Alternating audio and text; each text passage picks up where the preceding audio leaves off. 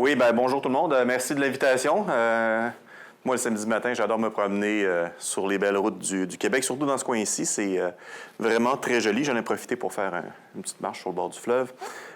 Oui, je travaille au Front commun depuis 1995, mais pour vous dire, j'ai commencé très, très jeune. Là, j'avais à peine 8 ans. Quand on dit ça, j'en reviens pas. Ça fait 30 ans que je suis là-dedans. 30 ans. Puis même en 2000, c'est ça, j'ai été aussi beaucoup, dans les années 2000, beaucoup impliqué dans le premier agrandissement, dans le dossier, parce que ce qu'on voit, en fait, c'est le jour de la marmotte en ce moment, parce que ça s'est déjà passé au début des années 2000, où la MRC avait abdiqué son droit de regard, justement. La municipalité de Saint-Thomas aussi, ça s'est fait à peu près de la même façon. Je me souviens de mémoire, l'entente avait été signée à huis clos. Tous les mois, on descendait au Conseil des maires avec quelques personnes ici dans la salle pour voir si la MRC allait oser signer l'entente. Ils ne l'ont pas fait devant le public, ils l'ont fait à huis clos. À peu près le même scénario qu'on voit ici. Bonjour, M. Lacaire. Vous faites toujours une entrée remarquée. Une personne que je connais bien, qui est là depuis plus longtemps que moi, c'est pour vous dire. Bon. On est samedi. On a discuté. Si vous avez des questions pendant la présentation, parce qu'il y a beaucoup de textes, en fait, parce qu'il faut bien comprendre la situation puis bien comprendre c'est quoi la mécanique dans laquelle on est aujourd'hui. Si vous avez des questions d'éclaircissement ou des questions qui requièrent une réponse pas trop longue, là, je vais essayer de me retenir, allez-y pendant la présentation. Et si vous en avez plus de fonds, gardez-les pour la fin aussi, il n'y a pas de problème. Donc, effectivement, je vais parler du droit de regard, mais aussi quelle est la situation au Québec au niveau de l'enfouissement dans les lieux d'enfouissement technique? Les LET, les lieux d'enfouissement technique, ce sont des dépotoirs. OK, c'est le terme qu'on utilise maintenant. C'est plus politically correct de dire LET que de dépotoir. Ça paraît mieux, mais en fait, ça demeure un dépotoir. Je vais vous parler aussi du contexte provincial parce que le site de dépôt Rive-Nord à Saint-Thomas-de-Joliette s'inscrit vraiment dans une problématique provinciale. C'est-à-dire, ils essayent souvent de ne pas faire sortir le dossier à l'extérieur de la région alors que ça a des gros impacts sur l'ensemble de la gestion des matières résiduelles au Québec. Mais je vais essayer de vous faire comprendre pourquoi. Donc, brièvement, OK, là, j'ai un carré rouge sur l'écran, mais en tout cas, je vais vous présenter mon organisme, qui on est. Vous parlez de l'enfouissement des déchets au Québec depuis les 25 dernières années. Ça ne sera pas si long que ça, là, pas 25 ans. La transition des lieux d'enfouissement sanitaire en lieux d'enfouissement technique. C'est quoi les subtilités et pourquoi j'en parle? Parce que ça a des conséquences là, sur ce qui s'est passé ou sur ce qui se passe chez vous ici. Les avis du Bureau d'audience publique sur l'environnement sur les grandes installations d'élimination. Il y a eu une enquête publique il y a 2-3 ans à la grandeur du Québec sur justement les matières résiduelles. Donc, comment ça peut impacter votre site ici. Les avis du Bureau d'audience publique sur l'environnement sur le projet du lieu d'enfouissement technique de Saint-Thomas en 2005. Parce qu'il y a déjà eu un BAP pour un agrandissement il y a un peu plus de 15 ans. Qu'est-ce que le BAP a dit à propos du projet? Vous allez voir, c'est surprenant. Et comprendre le droit de regard. En fait, ça sera le gros du morceau, là, comprendre le droit de regard et la conclusion qui va être assez brève. Ça va pour l'instant? Oui. Bon. Le micro, ça va? Le son? Télécino, ça va aussi? D'accord. Lieu d'enfouissement technique, LES. Non, lieu d'enfouissement sanitaire, LES, LET, lieu d'enfouissement technique. Bon. Présentation de mon organisation. Donc, on a été créé en 1991. Je ne sais pas si une personne dans la salle était déjà là en 91, M. Bailleur. Ah, M. Bailleur, Gaétan, tu étais là? Donc, Gaétan, quand j'ai commencé, ça a été mon vice-président pendant des années.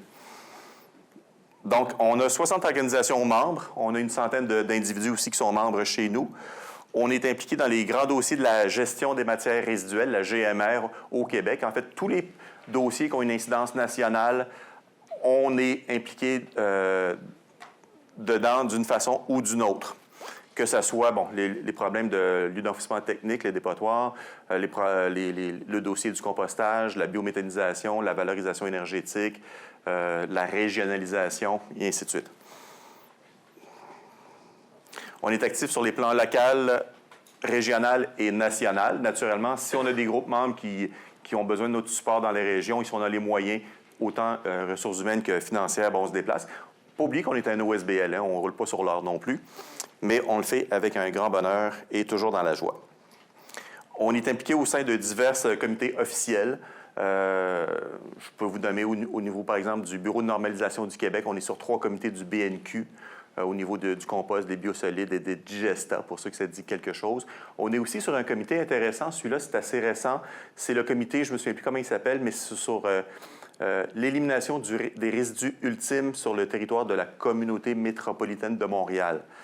OK. Ça veut dire que la CMM, la communauté métropolitaine de Montréal, a mis sur pied un comité. C'est dans son plan métropolitain de gestion des matières résiduelles, son PMGMR, un comité qui regarde la possibilité d'avoir de nouvelles infrastructures d'élimination de déchets sur son territoire.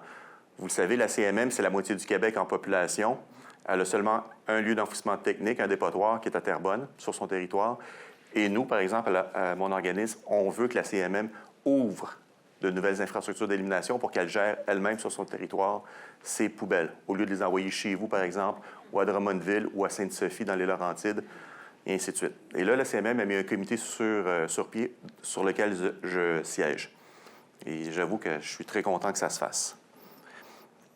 Et on organise à chaque année aussi la Semaine québécoise de réduction des déchets. Je ne sais pas si vous en avez entendu parler, la SQRD. En fait, c'est toujours la dernière semaine du mois d'octobre. On est l'instigateur de ça. On a une espèce de branche qui fait des projets qui s'appelle Zéro déchet Québec. Ça, c'est nous aussi. Donc, voilà qui on est. Donc, l'enfouissement des déchets au Québec depuis les 25 dernières années. En 2000, ça vient du bilan de la société d'État qui s'appelle Recycle Québec. On générait, c'est-à-dire on produisait pour l'ensemble de la province environ 11 millions de tonnes de déchets. On en récupérait seulement à l'époque 3,8 millions de tonnes. Et donc, il y avait 7 millions de tonnes qui allaient dans les lieux d'enfouissement sanitaire, les dépotoirs de l'époque. Vous allez voir tantôt la différence entre LES et LET, là. En 2021, la génération, on ne la sait pas parce que les bilans ont changé au niveau de la méthodologie. On ne sait pas exactement combien de matières résiduelles sont générées. Même chose au niveau de la récupération. Là, globalement, on ne peut pas le déterminer. Par contre, dans les lieux d'enfouissement technique, en 2021, on est passé à des lieux d'enfouissement technique, c'était 5,4 millions de tonnes. On oublie souvent, mais aussi dans les LET, je vais dire LET, ça va être plus rapide, là. Dans les LET, on met aussi ce qu'on appelle du matériel de recouvrement. Ça, c'est le règlement qui l'oblige, c'est-à-dire à chaque jour, on doit recouvrir les matières résiduelles, soit de terre, de sable ou d'autres matériaux compatibles. Et souvent, les gestionnaires de lieux d'enfouissement technique utilisent du matériel de recouvrement, des matières résiduelles qui sont cochères, si on veut, approuvées par le ministère de l'Environnement. Ça veut dire, souvent, on rajoute des poubelles par-dessus les poubelles pour dire qu'on recouvre les poubelles d'une matière qui empêche, par exemple, les plastiques de s'envoler au vent, les rongeurs de venir amenuiser un petit peu les odeurs et tout. Sauf que si vous regardez, c'est environ pour chaque tonne de matière résiduelle qu'on met au dépotoir, qu'on élimine officiellement, selon le règlement, bien, on a 500 kg. Donc 50 %, souvent, ce sont des poubelles aussi. Pas toutes les poubelles, mais un certain type de poubelles, comme par exemple des résidus de carcasses automobiles qui ne sont pas métalliques, les sièges de voiture, les tableaux de bord qui sont broyés et qu'on utilise comme recouvrement, des matières organiques qui ne sont pas propres à l'utilisation agricole, sylvicole ou horticole parce que trop contaminées. On peut les utiliser aussi comme matériaux de recouvrement. Donc, c'est environ du 50 %. Et ça, c'est pour la grandeur du Québec. Ça, on l'oublie souvent, mais c'est quand même des camions supplémentaires. C'est quand même toute la gestion qui entoure ça aussi qu'il faut compter. Mais souvent, on oublie ça. C'est un petit peu occulté. Il faut vraiment le fouiller dans les rapports pour aller chercher l'information. Et souvent, le règlement ne dit pas... Il dit qu'il y a un minimum qu'il faut mettre, mais il ne dit pas le maximum. Il y a certains dépotoirs, c'est du 1 pour 1. OK? Moi, j'appelle ça du blanchiment de déchets, là. Oui? Dans le tonnage permis, là, parce qu'ils ont un tonnage, est-ce que ça comprend le matériel de recouvrement? Non. Non. Bien, le tonnage, si tu parles du dépotoir, du lieu d'enfouissement technique là, à Saint-Thomas, Ils n'ont pas de tonnage autorisé. C'est un peu compliqué pour le site. Ils ont un volume autorisé parce que tous les lieux d'enfouissement technique ont des volumes, des mètres cubes autorisés sur leur durée de vie et des limitations annuelles en tonnes métriques.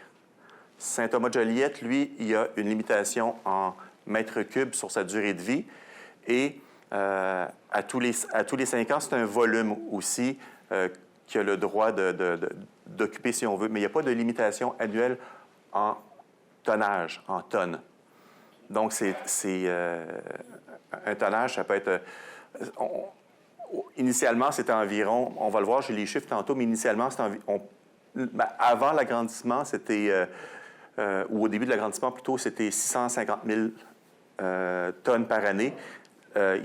On soupçonne qu'ils ont dépassé le million de tonnes par année et on pense qu'en moyenne, depuis quelques années, c'est 900 000 tonnes qui rentrent par année. Mais ça, on ne le sait pas parce que les données ne sont pas publiques. Donc, il faut aller... Karel, oui. Si vous avez une question, allez au micro à l'avant. Ah oui. Si la question n'est pas comprise, parce que c'est en direct sur Facebook, c'est aussi un télécommunautaire, s'ils n'entendent pas la question, puis Karel donne une réponse, on va bien se demander à quoi il répond. Alors, prenez le temps, vous levez, vous allez poser votre question au micro, puis il va répondre. C'est bon? Oui. Dernière fois d'y aller, Merci, M. le maire. Donc, c'est juste pour vous dire qu'on a quand même... Premièrement, au Québec, on est un des plus gros générateurs de matières résiduelles de déchets au monde, il faut le penser, et que c'est quand même des quantités assez énormes qu'on a au Québec. Les sites comme celui de Saint-Thomas contribuent au fait qu'on génère beaucoup de matières résiduelles parce que c'est des gros volumes par année. Les poubelles viennent de très, très loin. Ça peut venir, en fait, de la Montérégie, ça peut venir Trois-Rivières. En fait, on ne le sait pas parce que c'est pas public non plus, mais on sait très bien que ça peut venir de la Beauce, ça peut venir des Laurentides, ça peut venir de Montérégie Sud-Ouest et ainsi de suite. Parce qu'ils ont comme ils ont un gros volume, des capacités annuelles assez astronomiques, si on veut, ils ont des coûts très peu élevés. Donc, ça attire les poubelles d'à peu près partout au Québec, là, si on veut. Et c'est une problématique parce qu'on a beaucoup de programmes au Québec là, de réduction, de réemploi, de recyclage, mais ça, c'est toujours considéré à part des problématiques d'élimination. Et nous, on pense que c'est interrelié parce que tant et aussi longtemps qu'on aura des gros sites d'enfouissement avec des tonnages qui avoisinent 1 million de tonnes par année, c'est un concurrent déloyal, si on veut, à toutes les actions qu'on peut entreprendre au niveau des 3 R, là, réduction, réemploi, recyclage, compostage. Les compagnies au Québec ne sont pas obligées de recycler. Une compagnie qui va payer, par exemple, 100 $ pour recycler, bien, si on lui offre 60 $ pour enfouir ses matières recyclables, bien, elle va choisir le 60 $ pour enfouir ses matières recyclables. C'est ça, une des problématiques engendrées par le site de Saint-Thomas-de-Joliette. La transition des lieux d'enfouissement sanitaire en lieux d'enfouissement technique et ses conséquences. OK. C'est juste pour bien comprendre là, un petit peu l'origine du site actuel et qu'est-ce que ça a entraîné, cette transition-là. En 2006, le REIMR, le Règlement sur l'enfouissement et l'incinération des matières résiduelles, je m'excuse, là, mais le vocabulaire dans les poubelles, c'est drabe, c'est très plate, c'est compliqué, puis on dit matières résiduelles au lieu de déchets, là, c'est ça. Mais c'est quand même important de savoir que le REIMR, qui est un peu la Bible au niveau technique des dépotoirs, ils ont aboli, si on veut, l'usage des lieux d'enfouissement sanitaire. Un lieu d'enfouissement sanitaire, c'était des dépotoirs qui fonctionnaient par atténuation naturelle. Ça veut dire il n'y avait pas de mesure de confinement. On creusait un trou, on mettait une poubelle, on mettait de la terre ou on mettait d'autres choses par-dessus, puis on pensait que ça allait disparaître un jour. OK? Ça, atténuation, c'est comme le jus de poubelle, le lexivia, allait couler dans le sol, s'infiltrer dans la nappe et disparaître. Le site de Saint-Thomas-de-Joliette, c'est exactement ça. C'est un site dans le sable, premièrement, à l'époque, quand c'était un lieu d'enfouissement sanitaire. Et ça a été démontré lors des audiences, il y a une quinzaine d'années, qu'il y avait un gros panache de contamination qui s'en allait dans le sol, dans le sous-sol, en fait, vers la rivière Saint-Joseph.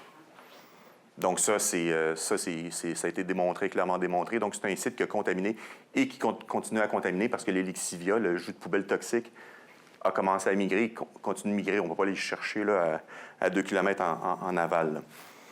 Donc, le ministère a voulu moderniser son règlement et interdit justement l'usage des lieux d'enfouissement sanitaire. Et À la place, il les a remplacés par des lieux d'enfouissement technique. Donc, le sanitaire est devenu technique. Et les LET, là, les principales mesures, c'est au niveau de ce qu'on appelle le confinement. Donc, capter les lixivia, donc le jus de poubelle. Quand on enfouit des matières, il y a souvent de l'eau dans les matières organiques, ainsi de suite. Ou quand il pleut, ça passe dans la masse de déchets et ça percole dans le sol comme un filtre à café. Donc là, le LET vient tenter de régler ça et oblige à avoir des mesures de confinement pour le lixivia et le pompage du lixivia dans le site et son traitement. Même chose au niveau des biogaz. Il faut les pomper et les détruire. Certains les valorisent, là, font de l'énergie avec, parce qu'ils ont des volumes assez gros pour pouvoir le faire. Mais c'était ça. Ce que ça a fait aussi, cette transformation, c'est que la plupart des sites au Québec, c'était des lieux d'enfouissement sanitaire. Donc, des vieux sites, je ne peux pas dire dépotoirs techniquement parce que ce n'était pas des dépotoirs, mais des vieux lieux d'enfouissement sanitaire. En 2000, il y en avait 63.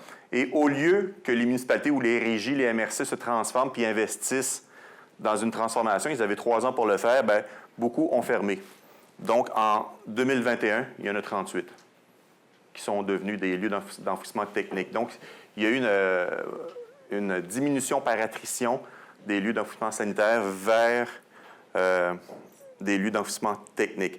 Saint-Thomas-de-Joliette, c'était exactement ça. Saint-Thomas, premièrement, c'est dans ce qu'on appelle une nappe de recharge.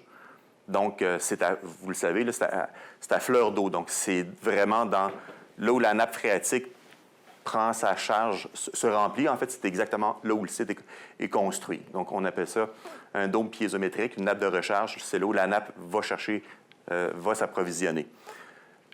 Comme c'est dans le sable, la compagnie avait décidé, pour le confiner, on peut faire 2 choses. Soit avoir une membrane géotextile, ou soit aller chercher, ce qu'on appelle ça comme ça, aller chercher l'argile qui est dans le fond. L'argile, c'est un matériau qui est imperméable. Et dans la région ici, tout ce qui est autour de Montréal, c'est l'ancienne mer de Champlain, il y a de l'argile.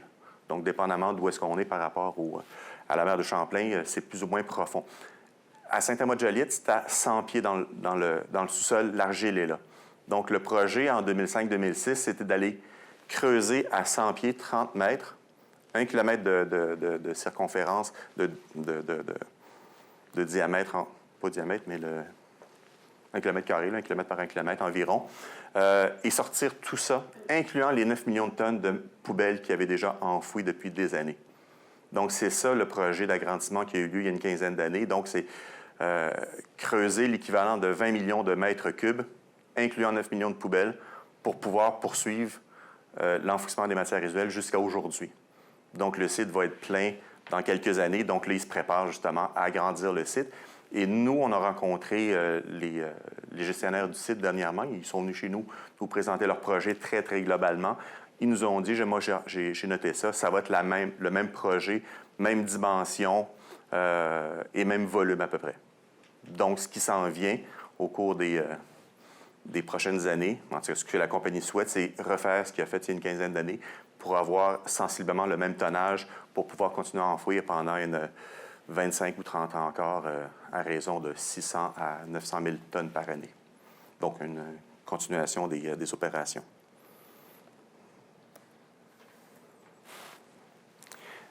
Ce que ça a fait lorsque les LES ont été transformés en LET, bien, ça a fait que la plupart beaucoup de sites municipaux, régionaux ont fermé, ont décidé, moi, je n'investirai pas dans des LET, je vais aller ailleurs parce qu'ailleurs, on m'offre de meilleurs prix. Et ceux qui offrent les meilleurs prix, en fait, ce sont les gros sites au Québec qui sont tous de gestion privée. La Chute, 500 000 tonnes par année. Sainte-Sophie, 1 million de tonnes par année autorisées. Terrebonne, 1 240 000 tonnes par année.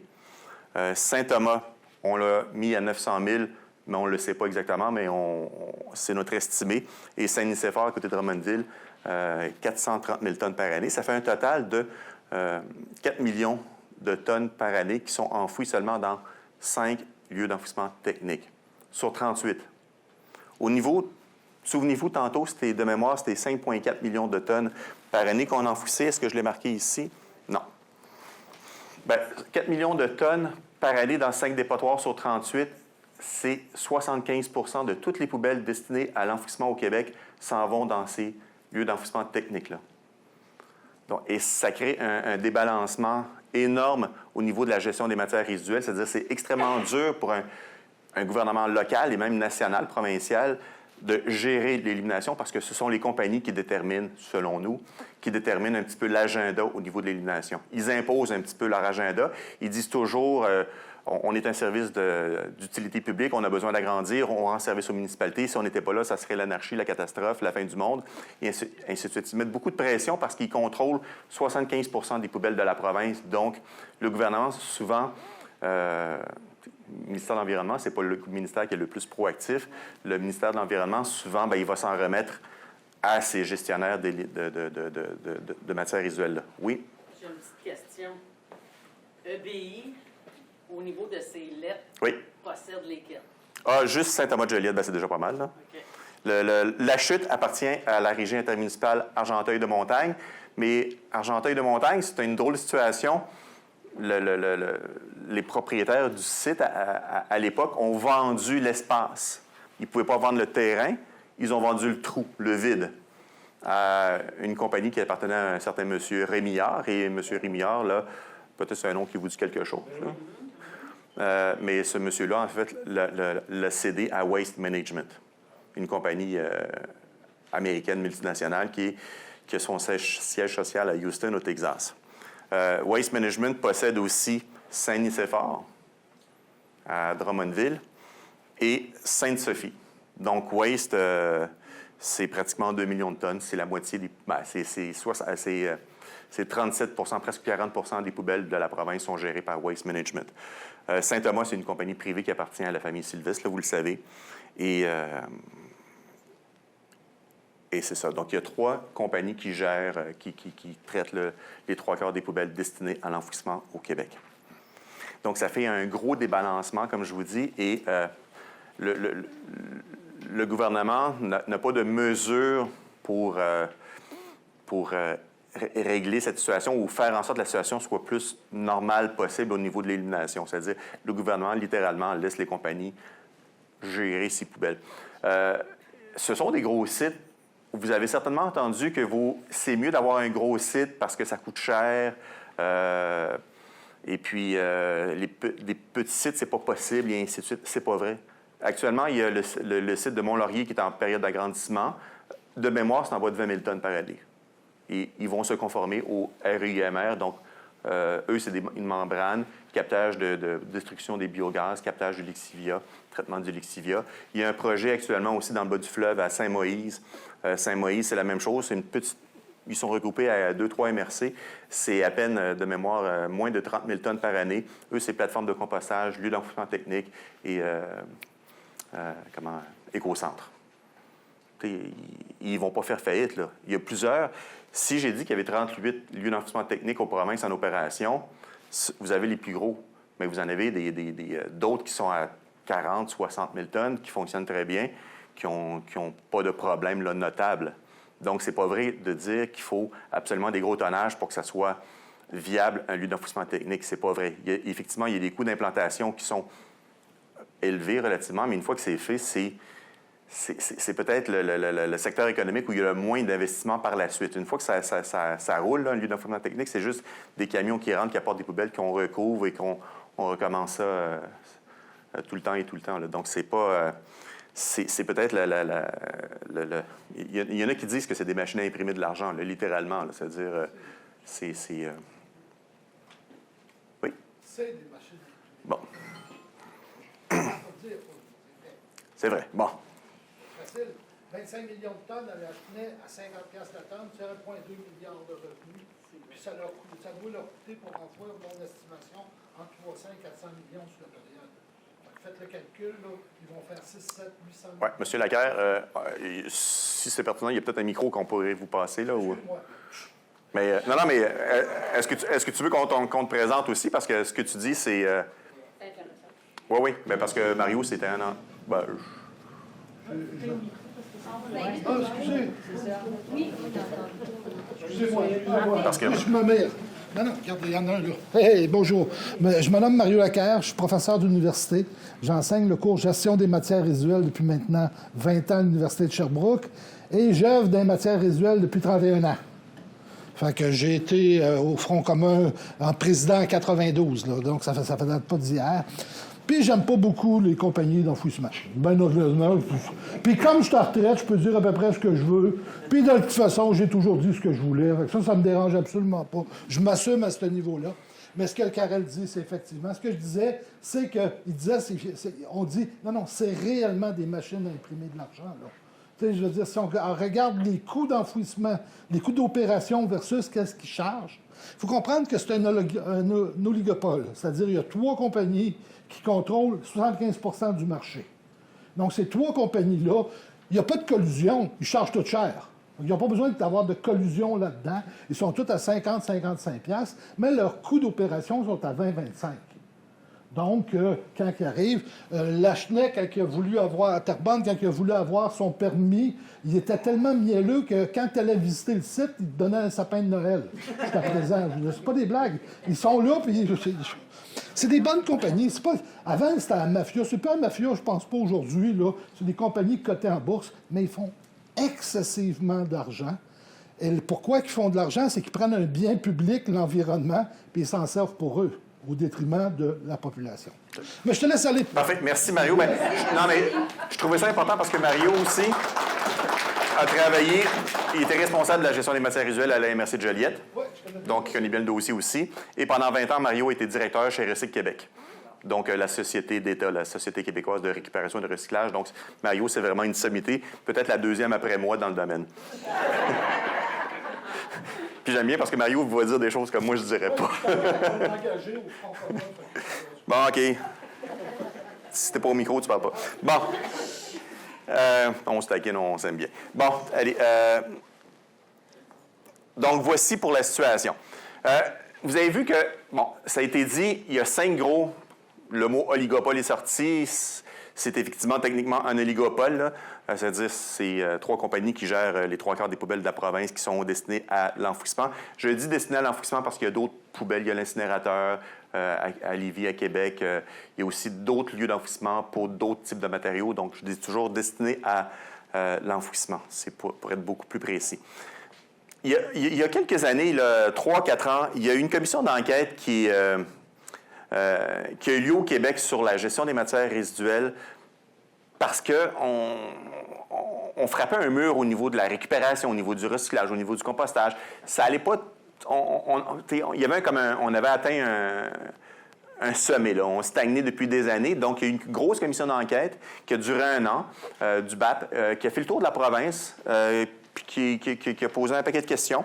Et j'ai ressorti les avis, en fait, du BAP sur les gros sites en question, dont EBI fait partie. En passant, oui, effectivement, tous les autres sites que je vous ai montrés, là, les 2 autres compagnies, Complexe Enviroconnexion à Terrebonne et Waste Management dans les 3 autres sites, c'est privé.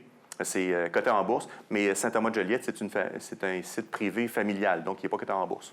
Donc, plus difficile d'aller chercher de l'information aussi et, que les autres sites privés cotés en bourse.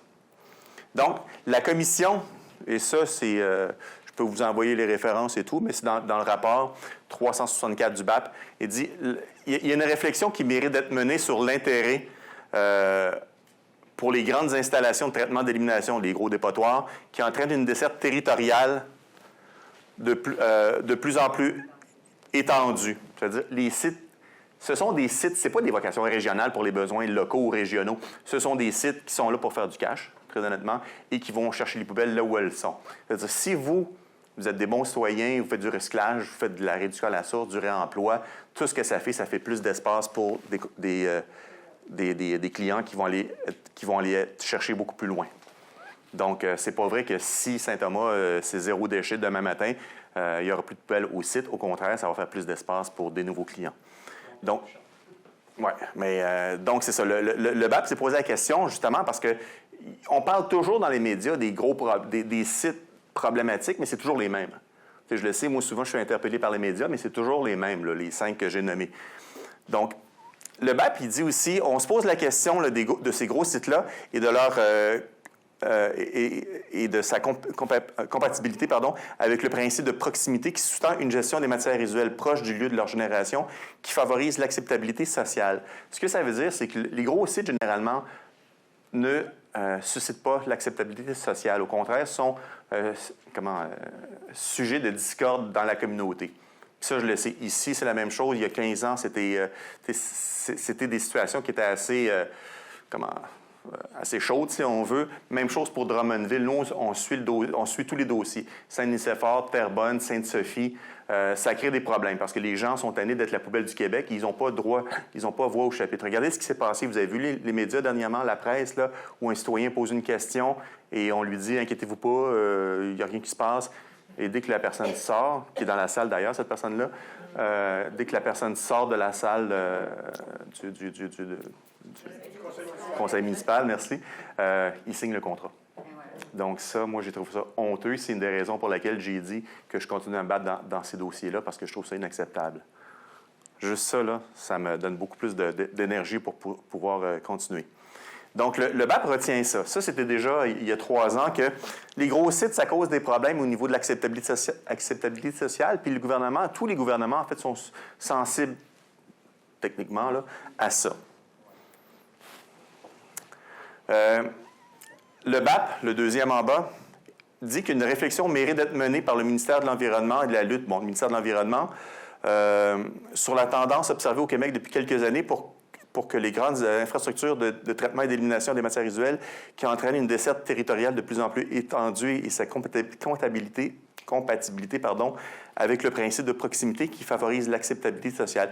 Ce que le BAP dit, là, je l'ai dit un peu croche, mais ce que le BAP dit, c'est qu'il faut se poser la question, c'est-tu un modèle d'élimination, de lieu d'élimination souhaitable au Québec? Ça crée beaucoup d'animosité, ça cause beaucoup de conflits sur le plan social. Et le BAP dit que ça serait peut-être bon de se pencher là-dessus. Là.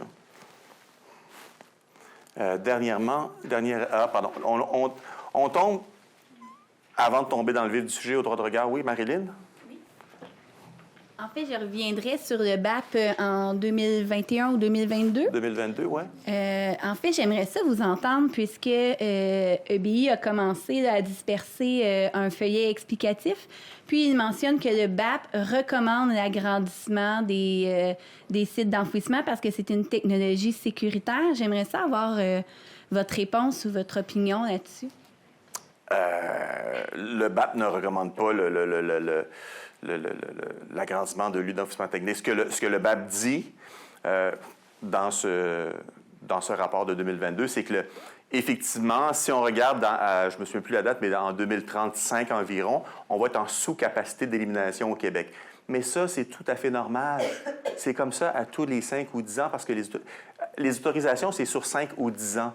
Donc, on sait très bien quand un lieu d'enfouissement technique va fermer, c'est lorsqu'il est approuvé. Dans son décret, on dit on va donner 10 ans ou 20 ans de durée de vie, puis après ça, il faut que tu retournes dans le processus du BAP. Et là, en 2030, si il ne se passe rien d'ici là, c'est sûr qu'on va manquer de capacité parce que les lieux d'enfouissement technique vont atteindre leur quantité autorisée. Donc, le BAP, il ne dit pas qu'il faut les autoriser. Il dit qu'on va avoir besoin de capacité, donc il faut effectivement agrandir, mais c'est tout à fait normal. Mais il ne dit pas qu'il faut agrandir Saint-Thomas ou la Chute ou autre. Au contraire, il se pose des questions. On va devoir agrandir, mais le modèle dans lequel on est actuellement, est-ce qu'il est viable? Il dit non, il n'est pas viable. Ça ne marche pas. Ça ne marche pas. Et je sais que la compagnie aussi dit que le BAP... La compagnie cite beaucoup le BAP en question, mais c'est ce BAP-là de 2022. Mais si on regarde le BAP de 2005, si je ne me trompe pas, là où je m'en vais, parce qu'il y a eu un agrandissement déjà il y a une quinzaine d'années, ou un peu plus maintenant. Ce que le BAP disait à l'époque, il y avait une commission d'enquête sur l'agrandissement du BAP. Ce que le BAP dit, ça, c'est super important. La consultation publique et l'analyse de la commission lui permet de conclure que le projet de Dépôt-Rive-Nord s'éloigne des composantes sociales, environnementales et économiques du développement durable et qu'en ce sens, il est inacceptable. Le BAP a refusé le projet en 2005. Il a dit non, ce n'est pas un bon projet. Pour une société désireuse de se développer en harmonie avec son environnement, en outre, il enfreindrait les principes d'équité entre les générations et entre les régions. Jamais dans le rapport du BAP, en 2005, la Commission avait dit que c'est un beau projet, on pouvait l'améliorer. Le BAP a dit on n'en veut pas. Mais le BAP n'est pas décisionnel. Le BAP fait juste émettre des recommandations et le gouvernement ensuite prend les décisions. À l'époque, c'était le gouvernement libéral qui avait accepté. C'est juste pour vous dire. Le BAP aussi, en 2005, avait dit « La Commission est d'avis que le projet de dépôt Rive-Nord d'enfouir un volume supplémentaire de 21 millions de mètres cubes, grosso modo 21 millions de tonnes, peut-être un petit peu plus, de matière résiduelle dans un lieu d'enfouissement technique à Saint-Thomas ne franchit pas l'étape de l'acceptabilité sociale, l'un des 3 fondements essentiels du développement durable. » Donc, le projet n'est pas acceptable. Premièrement, parce que socialement, il n'est pas viable. Deuxièmement, l'enfouissement supplémentaire de 21 millions de mètres cubes dans un milieu déjà fragilisé par les quelques 9 millions de mètres cubes qui ont déjà été enfouis là, est inacceptable parce que le projet représente une menace grave pour la pérennité de la ressource en eau aux alentours du lieu d'enfouissement. En ce sens, le projet de dépôt Rive-Nord va nettement à l'encontre de la dimension environnementale du développement durable. Donc, social, ça ne passe pas. Environnemental, ça ne passe pas. Et vous imaginez la troisième avis, c'est la Commission est d'avis que la dimension économique sous-tendant le projet d'agrandissement du lieu d'enfouissement sanitaire de Saint-Thomas n'offre pas les conditions nécessaires à l'émergence d'une économie régionale viable, laquelle est essentielle à long terme au progrès social d'une collectivité désireuse de vivre dans un environnement sain. Bon, ça, c'est 3 petits paragraphes. Le rapport a plusieurs centaines de pages. Je vous le recommande de le lire. C'est assez intéressant parce que je pensais à ça en m'en venant. Moi, il y a beaucoup d'éléments dans ce rapport-là et dans plusieurs documents qui ont été déposés qu'on va utiliser ou dont on va se servir si jamais ce projet-là retourne à des audiences publiques du BAP. Le BAP, là, moi, ça fait 30 ans que je suis dans le domaine. C'est très, très rare qu'un bureau d'audience publique sur l'environnement, une commission, s'oppose d'une façon aussi radicale à un projet. Et c'est un projet qui était d'envergure. Là, on parle de grosso modo, 650 000 mètres cubes par année, là, à peu près, de mémoire, c'était ça qui était visé. C'était quand même majeur. Donc, ça demandait une certaine réorientation de la gestion des matières résiduelles au Québec. Donc, le BAP savait ce qu'il disait. Il avait étudié très longtemps le dossier et c'était sa conclusion. Donc, il n'y avait pas motif ou possibilité d'améliorer le projet. Le projet n'était pas acceptable. En plus, comme je l'ai dit, moi, on avait dit aussi plusieurs choses, mais on avait beaucoup travaillé sur l'hydrogéologie, c'est-à-dire le site est dans une nappe de recharge. C'est là où on va puiser l'eau qui alimente les nappes phréatiques aux alentours. Si on voulait aujourd'hui construire un lieu d'enfouissement technique à cet endroit, on ne pourrait pas, tout simplement.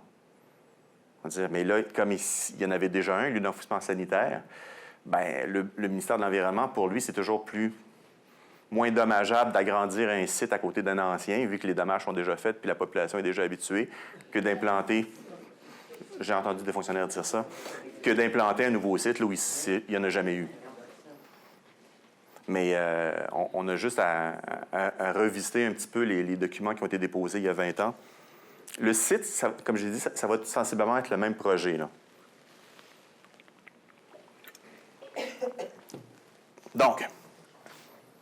Donc, si vous avez un dépliant de la compagnie qui dit que le BAP dit ça, bien, faites des copies de ce que je viens de vous montrer puis distribuez-les aussi ou mettez-les sur Internet. Conclusion. C'est ça. Le BAP, en fait, il dit que le projet, là, il ne concilie pas les 3 composantes du développement durable, là, soit l'acceptabilité sociale, l'aspect environnemental et l'aspect économique. Donc, c'est 0 pointé là, comme projet. Donc, là, je tombe sur... Là, vous avez un peu le big picture de l'enfouissement au Québec. Là. Si vous retenez ça, vous pouvez prendre ma job presque parce qu'il y a beaucoup d'informations que je vous ai données et qui vous fait comprendre un petit peu là, dans quoi on est au Québec. Là. C'est-à-dire, vous avez un lieu d'enfouissement technique ici qui veut s'agrandir dans des conditions, selon moi, qui ne sont pas acceptables, mais on va laisser la Commission et le gouvernement, à ce moment-là, prendre leurs décisions. Mais il y a aussi un outil comme j'ai dit ou comme c'était mentionné, qu'on appelle un droit de regard. Le mot droit de regard, ça n'existe pas dans la loi. Là. On parle de, je me souviens plus, c'est un droit de limiter ou d'interdire la provenance de déchets sur un territoire. Ça se retrouve dans la loi sur la qualité de l'environnement à 53.9, quelque chose comme ça, là, ou 53.31. En tout cas, article 53, c'est le gros article qui parle des poubelles dans la loi sur la qualité de l'environnement, la Bible de l'environnement au Québec au niveau légal. Le droit de regard, ce qu'on appelle le droit de regard communément, c'est la MRC, ou le territoire de planification. Des fois, ce n'est pas juste une MRC, ça peut être une communauté métropolitaine. Bon, mais pour faire bref, on va dire la MRC, doit réaliser, c'est dans la loi, des PGMR, des plans de gestion des matières résiduelles. C'est comme un schéma d'aménagement. OK? Elle fait son schéma, elle fait d'autres affaires, zonage et tout, puis elle doit faire un PGMR, ça veut dire un PGMR, maintenant, c'est à tous les 7 ans. La MRC doit dire, au cours des 7 prochaines années, comment je vais faire pour gérer les poubelles sur mon territoire, comment je vais faire pour réduire les poubelles que j'envoie à l'élimination, quelles sont les infrastructures dont j'ai besoin, qui sont présentes. C'est un plan de gestion, OK, pour les poubelles sur un territoire donné. Il y a, dans la loi, la loi dit que le territoire de planification, la MRC, peut aussi, si elle le désire, on appelle ça l'autonomie régionale, déterminer si elle accepte ou non les poubelles de l'extérieur sur son territoire. C'est pour ça qu'on appelle le droit de regard. Elle a un droit de veto. On pourrait appeler ça un droit de veto aussi. Des poubelles de l'extérieur, j'en veux pas, puis elle met dans son PGMR, puis si ça passe, si c'est approuvé par le gouvernement, c'est fini bâton. Qu'est-ce que dit exactement la loi au niveau du droit de regard? Donc, ça, c'est textuellement aussi. Le plan de gestion, donc le PGMR, doit comprendre, dans le cas où une municipalité régionale entend limiter ou interdire la mise en décharge ou l'incinération sur son territoire de matières résiduelles provenant de l'extérieur de son territoire, elle doit faire état de son intention dans le plan, dans le PGMR, et indiquer, s'il s'agit de limitation, la quantité de matière résiduelle visée. Donc, une MRC peut très bien dire, chez moi, ce sera juste, s'il y a un lieu d'enfouissement technique sur son territoire, ce sera juste pour mes poubelles à moi ou les poubelles de MRC voisines. En tout cas, la MRC peut décider ce qu'elle veut ou à peu près. C'est sûr qu'elle ne peut pas faire tout ce qu'elle veut. Il y a des limitations qu'on va voir par la suite, mais une MRC a légalement le pouvoir d'interdire ou de limiter les matières résiduelles éliminées sur son territoire qui proviennent de l'extérieur. Vous allez voir aussi que dans quoi ça s'applique, ce n'est pas aussi magique que ça. Il y a certaines règles à respecter. Mais ça, c'est un énorme pouvoir. Les 5 sites là, que je vous ai parlé tantôt, là, La Chute, Terrebonne, Sainte-Sophie, Drummondville, Saint-Thomas, ils ont toutes des ententes, comme vous avez peut-être entendu parler, là, signées par la municipalité haute, la MRC. C'est pas parce que la compagnie est généreuse puis elle veut bien s'entendre, c'est parce qu'elle veut acheter le droit de regard. Point final. Parce que les grosses compagnies savent très bien que ce droit de regard-là, c'est ce qui peut les empêcher de poursuivre, d'imprimer de l'argent dans leurs machines. Donc, à Drummondville, il s'est passé exactement la même chose. C'est des redevances, malheureusement, c'est légal. Même le ministère, jusqu'à un certain point, encourage ça parce que ça favorise une bonne relation entre l'exploitant et la communauté. Donc, des fois, c'est des arénas qui se font payer. Des fois, ce sont des routes qui se font refaire. Des fois, la plupart du temps, ce sont des redevances ou la gratuité même pour l'élimination pour la municipalité haute et des cadeaux au MRC, par exemple. La MRC ne s'oppose pas, la MRC ne s'oppose pas, par exemple, à la CPTEQ au dézonage. Bing, 1,5 million sur la table. La MRC doit faire la promotion du projet. Bing, 500 000. Ça, c'est des données qui sont connues. On a toutes les ententes au Québec sur notre site Internet. On a fait la recherche et on les a toutes. Donc, les ententes actuelles aussi. Saint-Thomas inclus, MRC de Joliette inclus. Allez voir sur notre site, elles sont toutes là. Et on a fait aussi un petit résumé dans des tableaux pour les autres sites. C'est drôle, hein? Ailleurs, au Québec, ça n'existe pas. Ça existe juste dans les 5 gros sites que je vous ai mentionnés. Et le droit de regard est toujours spécifié. Donc, c'est un outil extrêmement puissant et les compagnies le savent. Donc, oui? Au micro, s'il vous plaît. toutes les municipalités ou les MRC ne peuvent pas, en tout cas, doivent prévoir tous les usages sur leur territoire. Ils ne peuvent pas exclure un usage. Sauf si, lorsqu'ils font leur schéma d'aménagement ou leur PGMR, sauf s'ils le demandent et que le gouvernement accepte. C'est ce que je comprends. Parce que normalement, une MRC ne peut pas dire, sur mon territoire, il y a 0 possibilité ou 0 endroit où on peut enfouir. C'est au niveau municipal, c'est pareil. On ne peut pas exclure d'usage. Oui, là, je ne suis pas un pro au niveau municipal, mais ça s'est fait à Drummondville. La MRC de Drummond avait interdit l'usage d'éliminer. Oui, mais à ce moment-là, c'est parce que le gouvernement a mis son imprimature puis a accepté. Sinon, ils ne peuvent pas le faire. Bien, ils peuvent le faire si le gouvernement... Parce que là, Drummondville, c'est un dossier spécial où le gouvernement est intervenu. En fait, c'est les affaires municipales, justement, qui étaient intervenues avec une zone d'intervention spéciale, une ZIS, et qui a dit à la MRC, là, puis à la ville de Drummond, là, oubliez ça, je vais mettre une espèce de chape de plomb autour du site d'enfouissement et vos réglementations municipales ou régionales ne s'appliquent pas. Ils sont même allés en Cour suprême, la ville de Drummondville, et finalement, c'est désisté parce que c'est trop cher. Parce que le plus bel exemple, c'est quand il y a eu la crise du port au Québec, où les gens ne voulaient plus de porcheries sur leur territoire. Les municipalités ne pouvaient pas l'interdire totalement sur leur territoire. Ils devaient désigner un endroit, souvent collé sur une autre municipalité, là, au fin fond, avec le vent ouest sur l'autre municipalité. Là. Bien, comme les dépotoirs, regardez comment ils sont c'est situés. ça, exactement, c'est ça. Et là, si le gouvernement, par contre, accepte le schéma d'aménagement ou le PGMR, bien voilà, je vais juste préciser ça. Et juste vous dire que quand on regarde ça, là, qu'une entreprise dit « je vais vous donner tant de millions, ouvrez-moi les portes du ciel », ça veut dire que, dans le fond, dès que tu as un peu de sous, tu as de l'argent, tu peux acheter ou tu peux à tout le moins faire pencher la balance sur ton bord dans tous les règlements et dans toutes les lois. C'est un peu... Parce que c'est drôlement pernicieux et... C'est extrêmement pernicieux parce qu'effectivement, premièrement, regardez, les gros dépotoirs au Québec, ils sont effectivement situés aux confins des MRC où est-ce qu'ils sont situés. Et les problèmes, c'est les voisins qui les ont. Autre point, les compagnies sont pas folles. Sont allées voir tout d'abord les municipalités hautes. C'est-à-dire, souvent, c'est des petits villages, là. Faut pas... je veux pas être péjoratif, mais c'est ça, là. C'est-à-dire des petites localités où la compagnie débarque avec ses gros sabots, ses millions, puis je vais te donner tant d'argent, puis ainsi de suite. La petite municipalité, ensuite, va à la MRC, s'entend avec les gens de la MRC, en tout cas, moi, je suis d'accord que ça soit chez moi. Ah, bien, si tu es d'accord, tout va bien, puis en plus, moi, ça me donne des millions. Puis ensuite, quand ils vont voir Québec, le troisième palier, bien, Québec regarde en bas, il dit... C'est quoi que vous avez décidé entre vous, là? Bien, nous, on est d'accord. Et ensuite, bien, ça passe comme du beurre dans la poêle, mais c'est malheureux parce que c'est vraiment de l'achat d'autorisations qui vont avoir des impacts sur plusieurs générations. Actuellement, il y a des municipalités ici, bien, pas ici, là, mais à côté, qui ont accepté un projet sans le connaître. Karel, oui? Juste dire, c'est plus que... C'est quelque chose, c'est de l'achat de votes. Oui, bien là. J'entends bien ce que vous dites, M. le maire. Moi, j'ai une petite question. Oui.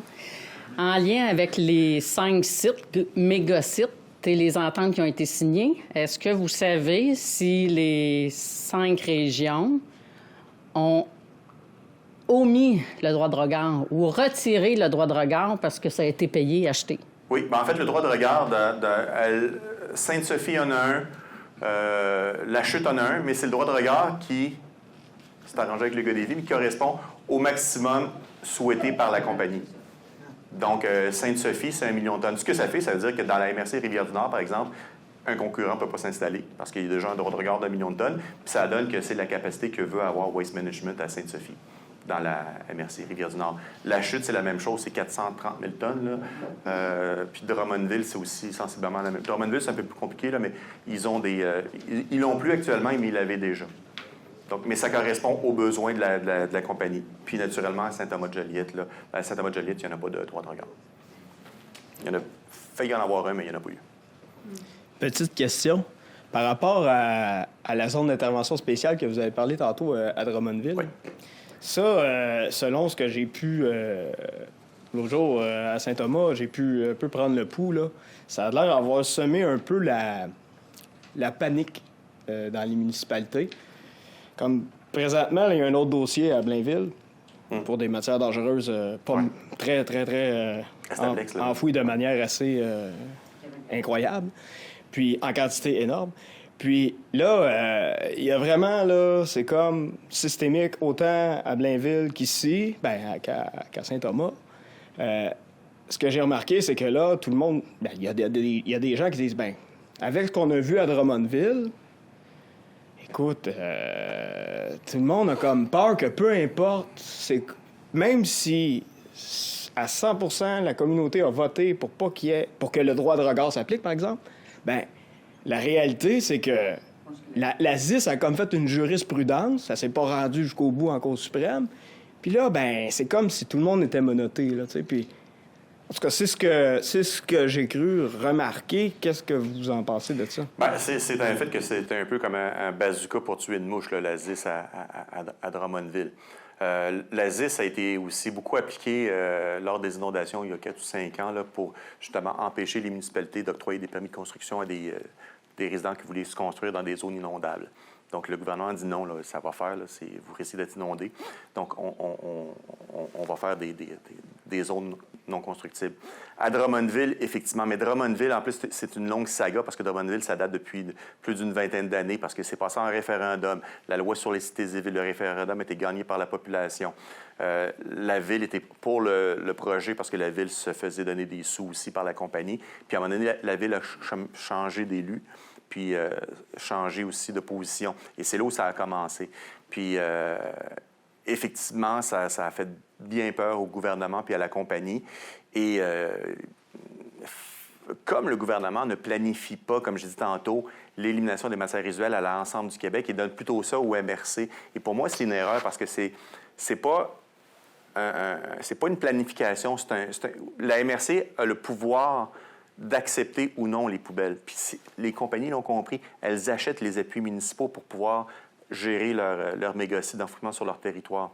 Donc, et c'est ça qui vient tout déranger la planification de la gestion des matières résiduelles au Québec. Et à tous les 5 ans, les compagnies, comme ça va bientôt être le cas ici, vont faire de la pression en disant on va bientôt fermer. Si on ferme, ça va être la fin du monde et ainsi de suite. Là, ils ont certainement commencé à avoir ce discours-là. On parle beaucoup de crise d'élimination. Il n'y a pas de crise. La crise est artificielle. Les sites vont agrandir. Si ce n'est pas ceux qu'on connaît, ça va être d'autres qui vont s'implanter. Mais ça met beaucoup de pression sur le gouvernement et le gouvernement, il ne veut pas avoir de crise de poubelle. Donc, est-ce que ça crée une jurisprudence? C'est sûr que ce n'est pas des bons exemples. La ZIS, Stablex, la Blainville, ce n'est pas encore décidé qu'il va y avoir une zone d'intervention spéciale. Mais Drummondville, c'est sûr que ça n'a pas été...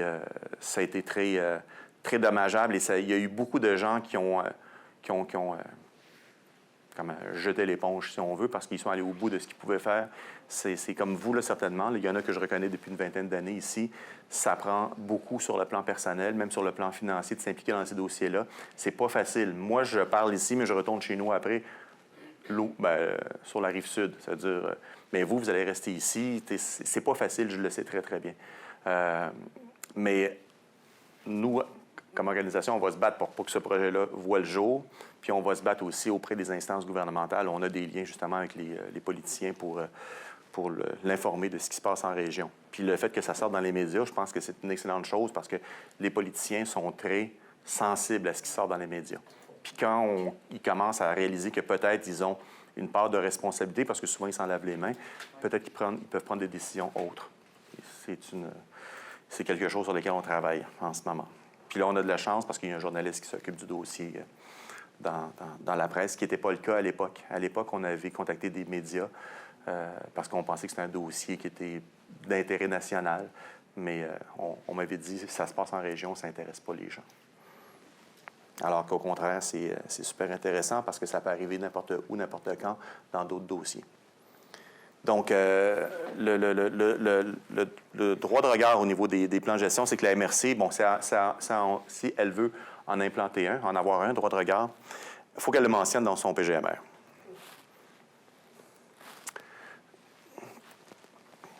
OK. Donc, dans l'élaboration de son plan de gestion, une municipalité régionale doit tenir compte des besoins en capacité d'élimination des matières résiduelles de toute autre municipalité régionale environnante ou qui est desservie par une installation d'élimination située sur le territoire d'application du plan. Ça peut faire peur, mais ce que ça veut dire, c'est que si une MRC veut appliquer un droit de regard, ça peut être limité, ça peut interdire, Bien, il faut qu'elle prenne en considération. Ça ne veut pas dire qu'elle doit accepter. C'est-à-dire qu'elle doit minimalement aviser les CMRC environnantes. Environnantes, ça ne veut pas dire limitrophes, ça veut dire comme par exemple Saint-Pierre-de-Sorel. Ce n'est pas limitrophe parce qu'il y a un fleuve entre les deux, c'est environnante. La loi ne définit pas c'est quoi environnante, là, mais en tout cas, c'est ce qu'on en comprend. Ou des MRC qui sont actuellement desservis par l'Union d'enfouissement technique sur le territoire. Lui dire, bien écoute, mon droit de regard, je l'applique maintenant. Et vous allez voir que les compagnies qui sont déjà en opération ont comme un droit acquis, là, une clause rempart. Quand le site va être rempli, le droit de regard va s'appliquer. Donc, la MRC qui applique un droit de regard va dire au client de ce site-là, bien écoute, dans 7 ans, le droit de regard va être en application. Fait que tu as 7 ans pour trouver une autre place ou faire ton propre lieu d'enfouissement technique chez vous. Donc, la MRC qui veut appliquer un droit de regard doit avertir ses voisins et les MRC voisines et les MRC qui enfouissent ces poubelles sur le territoire visé par le droit de regard. 5325, un droit de regard, ce n'est pas applicable, c'est ce que je viens de dire, sur une installation d'élimination établie avant la date d'entrée en vigueur du... J'arrête là. Donc, les compagnies, comme la compagnie actuellement qui opère, si demain matin, il y a un droit de regard mis par la MRC de Joliette, le droit de regard va s'appliquer lorsque l'agrandissement, si agrandissement il y a, est accepté. OK? Mais là, la compagnie va pouvoir opérer jusqu'à la fin de son autorisation. Donc, le droit de regard, ça s'applique juste aux nouveaux projets ou aux agrandissements, ce qui est un peu normal aussi. Et j'ai marqué en gras « ou modification ». Parce que là, les droits de regard, c'est 7 ans. Pas les droits de regard, mais les PGMR, c'est maintenant de 7 ans. Ça ne veut pas dire qu'il faut attendre 7 ans pour agir. On peut faire des modifications au plan des matières résiduelles d'une MRC. Il n'y a rien de plus simple. Il faut qu'un conseil des maires dise « moi, je vais faire une modification à mon PGMR », puis il faut juste suivre la petite procédure, la procédure qui est dans la loi. Et ça se fait à l'occasion. Et un droit de regard peut être une modification dans un PGMR. Donc, demain matin, le conseil des maires peut se réveiller en disant « Ah, ben tiens, pour telle raison, moi, j'ai compris maintenant que l'agrandissement n'est pas viable, je veux appliquer un droit de regard. » Donc, c'est tout à fait possible de le faire demain matin, le droit de regard, qui va être, s'il est accepté, seulement entrer en vigueur après la capacité atteinte du site actuel à Saint-Thomas-de-Joliette. Donc, si jamais il y a un agrandissement, je crois que c'est en 2032, là, la limite, là. S'il y a un agrandissement après, le droit de regard s'applique. Si la MRC décide que c'est 100 000 tonnes maximal, ça sera 100 000 tonnes. Point final. Si c'est 0, en fait, s'il y a un lieu d'enfouissement technique sur le territoire, la loi l'oblige à accepter les poubelles générées sur le territoire, mais s'il y a un droit de regard, le lieu d'enfouissement technique, le propriétaire, le gestionnaire ne peut pas accepter les déchets qui proviennent de l'extérieur jusqu'à concurrence des capacités qui sont mentionnées dans le plan de gestion des matières résiduelles. C'est assez clair, ça? C'est un outil qui est extrêmement puissant. Et on l'oublie. Les compagnies ne l'oublient pas, ils le savent très bien. C'est la première chose qu'ils vont viser. Même les élus, des fois, ils ne savent pas ce qu'ils signent. Là, je les ai vus, là, ils ne savent pas qu'est-ce qu'ils signent. Mais c'est super, super, super important. Ou ils le signent, puis après ça, oups. Mais le droit de regard, en fait, ce qu'on appelle le droit de regard, c'est un outil de planification régionale donné au MRC, ou au territoire de planification, ceux qui font des PGMR. Comme je dis, c'est un outil qui est extrêmement puissant puis que les gestionnaires de sites privés veulent minimiser. C'est-à-dire qu'ils ne veulent pas en parler parce que c'est pas important, le droit de regard. Oui. Là, on parle de MRC, mais M. Villeneuve, tantôt, vous disiez, la municipalité, est-ce qu'elle a une responsabilité de mettre en place un PGMR? Pas du tout. C'est concerté. C'est par MRC. C'est la MRC. C'est par MRC. OK. C'est ça. Ce que je disais, c'est que les municipalités aussi, dans les règlements, ne peuvent pas interdire un usage sur leur territoire. Et les MRC sont tenus aussi à ne pas interdire, à moins que lorsque tu votes ton plan, ton PGMR, que le gouvernement l'accepte. Mettons que la MRC de Saint-Thomas dit, pas Saint-Thomas, mais de Joliette dit, ben nous, on ne peut pas, sur le territoire ensemble du territoire qui est le site de lieu d'enfouissement, elle ne peut pas le faire normalement. Elle est obligée d'avoir un endroit ciblé où ça devrait se faire. Mais si elle, pour propose au gouvernement, puis le gouvernement l'accepte. C'est réglé. Ça va être ça. Le gouvernement est toujours l'autorité supérieure, finalement. Fait que moi, si je comprends bien, c'est qu'il faut faire une pression sur la MRC par rapport au droit de regard qui a été refusé actuellement. Là, parce que Saint-Thomas fait partie. C'est la MRC qui a le dernier mot à ce niveau-là. C'est la clé de voûte, si on veut. Là, Demain, la MRC de Joliette applique son droit de regard. On retourne tous chez nous ce soir, puis on va dormir sur nos deux oreilles. Là. C'est-à-dire, Vous dites que ce n'est qu'un mot. C'est pas un droit de refus, ce n'est qu'un mot. C'est ce qu'ils nous disent, là. ben, c'est ça. Ils veulent minimiser. Oui, le micro, attends, juste. Monsieur Lacaire. En fait, ce que j'ai dit, c'est que la MRC, ce qu'ils nous disent, quand on s'en va à la MRC, nous disent que le droit de regard, ce n'est qu'un mot. Ce n'est pas un droit de refus. Ça ne s'applique pas, en fait. C'est juste qu'un mot. C'est ce qu'ils nous disent. C'est l'ensemble. En tout cas, plusieurs maires qui ont dit ça, là. Plusieurs maires de la MRC. C'est trois mots, hein, c'est le droit. Oui, je sais, mais pour eux, c'est qu'un mot. C'est pas un droit de refus. Non, ça c'est complètement. Ben, soit ce sont des ignorants, soit ce sont des menteurs. Donc, ou les deux. C'est ça, bon. Mais ça, je l'ai dit parce que c'est complètement faux. Un droit de regard, c'est un très, très gros pouvoir qu'une MRC se donne. Monsieur Juste Villeneuve. une précision pour que vous compreniez bien, dans le fond, c'est qu'une MRC, lorsqu'elle adopte son plan de gestion, son PGMR, mais surtout son schéma d'aménagement, si la MRC de Joliette adopte un schéma d'aménagement et que c'est majoritaire, donc elle l'a adopté, il y en a qui peuvent voter contre. Par exemple, Saint-Thomas pourrait voter contre, mais s'ils perdent le vote, donc le schéma d'aménagement est accepté, la municipalité où ça se trouve, elle a 2 ans pour se conformer au schéma d'aménagement. Voyez-vous, c'est vraiment la MRC qui a le contrôle là-dessus, autant pour le PGMR que le plan de gestion. Le schéma d'aménagement, pardon. Donc, c'est un outil de planification régionale très important qui est donné au MRC ou plus techniquement là, au territoire de planification. Ça peut être une communauté métropolitaine, ça peut être... Des fois, il y a 2 MRC qui se mettent ensemble pour faire un PGMR, là, peu importe. Là. Mais pour faire bref, on dit MRC. Ça permet de limiter ou de refuser les matières résiduelles en provenance de l'extérieur d'un territoire de planification. Si la MRC dit « j'en veux pas », ça finit là. Si le PGMR avec la modification est accepté, naturellement. Mais c'est ça que ça veut dire.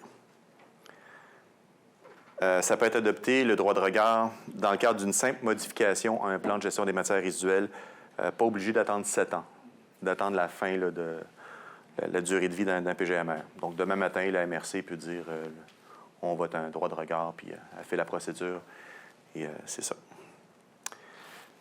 La MRC doit tenir compte, comme on a vu, des besoins en capacité d'élimination des MRC environnantes ou celles desservies par un lieu d'enfouissement technique situé sur son territoire, si ça s'applique. Donc, c'est sûr, dans le cas de Joliette, par exemple, il y a un lieu d'enfouissement technique qui dessert d'autres MRC. Il faut que la MRC de Joliette avise ces MRC-là pour dire que je veux appliquer un droit de regard, je veux limiter ça à temps. Donc, elle avertit ces MRC environnantes desservies par le site pour qu'elle trouve des alternatives. Ça doit être approuvé par Recyc Québec. Donc, Recyc Québec, c'est le gouvernement, là, si on veut. Donc, Recyc Québec doit approuver le droit de regard. À ma connaissance, il n'y a pas de droits de regard qui ont été refusés, là, à moins que quelqu'un peut me contredire, là, mais je ne pense pas qu'il y ait de droits de regard qui aient été... Il y en a à peu près une dizaine au Québec, des droits de regard qui sont en application, qui ont été votés, mais aucun n'a été refusé. Et je crois que... Ah oui, ça a force de loi une fois adopté. Bon, c'est sûr qu'il peut toujours y avoir une 10 ou une bombe atomique qui tombe quelque part, mais il va falloir quand même justifier aussi, surtout s'il y a une consultation publique dans le cadre d'un dossier précis d'une modification au plan de gestion des matières résiduelles. Donc, juste, n'oubliez pas, je termine avec ça, là, au niveau de la conclusion. Le droit de regard, là, c'est un outil qui est réel. C'est pas juste un mot ou une vue de l'esprit. C'est un outil qui est excessivement puissant, qui peut régler des situations comme celle qu'on connaît dans la région ici, avec une simple résolution de la MRC pour dire « ben moi, j'ai assez donné, c'est-à-dire les autres poubelles de la province, restez chez vous ». Moi, de mon côté, je travaille à la grandeur du Québec, mais aussi je travaille beaucoup avec la CMM sur un comité de travail, justement, pour trouver des alternatives à l'exportation des matières résiduelles en région. Donc, nous, on est pour les dépotoirs, mais gérés localement. C'est-à-dire, c'est pas normal que moi, j'envoie mes poubelles chez vous. J'aime pas ça. Et je pense que la grande région de Montréal, par exemple, pourrait très bien avoir de nouvelles infrastructures d'élimination, de dépotoirs, de lieux d'enfouissement technique sur son territoire. Et c'est ce qu'elle va nous présenter dans quelques semaines après les fêtes des plans. Oui, M. Lacaire. J'aurais 3 points à vous préciser sur le droit de regard. Prenez-moi mon micro, parce que oui, je suis professeur, hein, puis je suis latin quand je parle avec mes mains. Premièrement, il ne dit pas, là, mais c'est grâce au Front commun québécois pour la gestion écologique des déchets si on a le droit de regard au Québec. En 1996, on a milité pour avoir ça lors des audiences génériques et on l'a obtenu. Et ça. Un droit de regard a déjà fermé un site d'enfouissement au Québec. Restant, qui était à Magog, a fermé parce que la MRC de Magog, où ce que le préfet dans ce temps-là, c'était M. Nicolet, qui était quelqu'un d'assez prudent, il a dit non, nous on n'en veut plus de déchets, c'est à côté du lac. Et la compagnie, qui était une multinationale, a été obligée de fermer parce qu'on leur limitait à 50 000 la quantité et eux autres, ils en voulaient 250-300. Donc, ça fonctionne, le droit de regard. Dans le cas ici, j'avais mis, c'est moi qui ai écrit le PGMR de la MRC de Joliette, j'avais inclus un droit de regard, je suis parti à ma retraite, malheureusement, ils l'ont enlevé. Je n'aurais pas accepté parce que je trouve que c'est un outil vraiment très, très, très puissant à ce niveau-là. Mais il y a un outil encore plus puissant. Moi, le ministère de l'Environnement, c'est une mitaine, puis ils vont dire oui. Là. Faites-vous pas d'illusions. Le BAP va du haut. De toute façon, le BAP n'est pas décisionnel. Puis le ministère, après ça, il y a eu combien de sites que le ministère a refusé au Québec dans les 25 dernières années? 0. Le ministère des 0. Oui. 0. Fait que vous faites ce que vous voulez.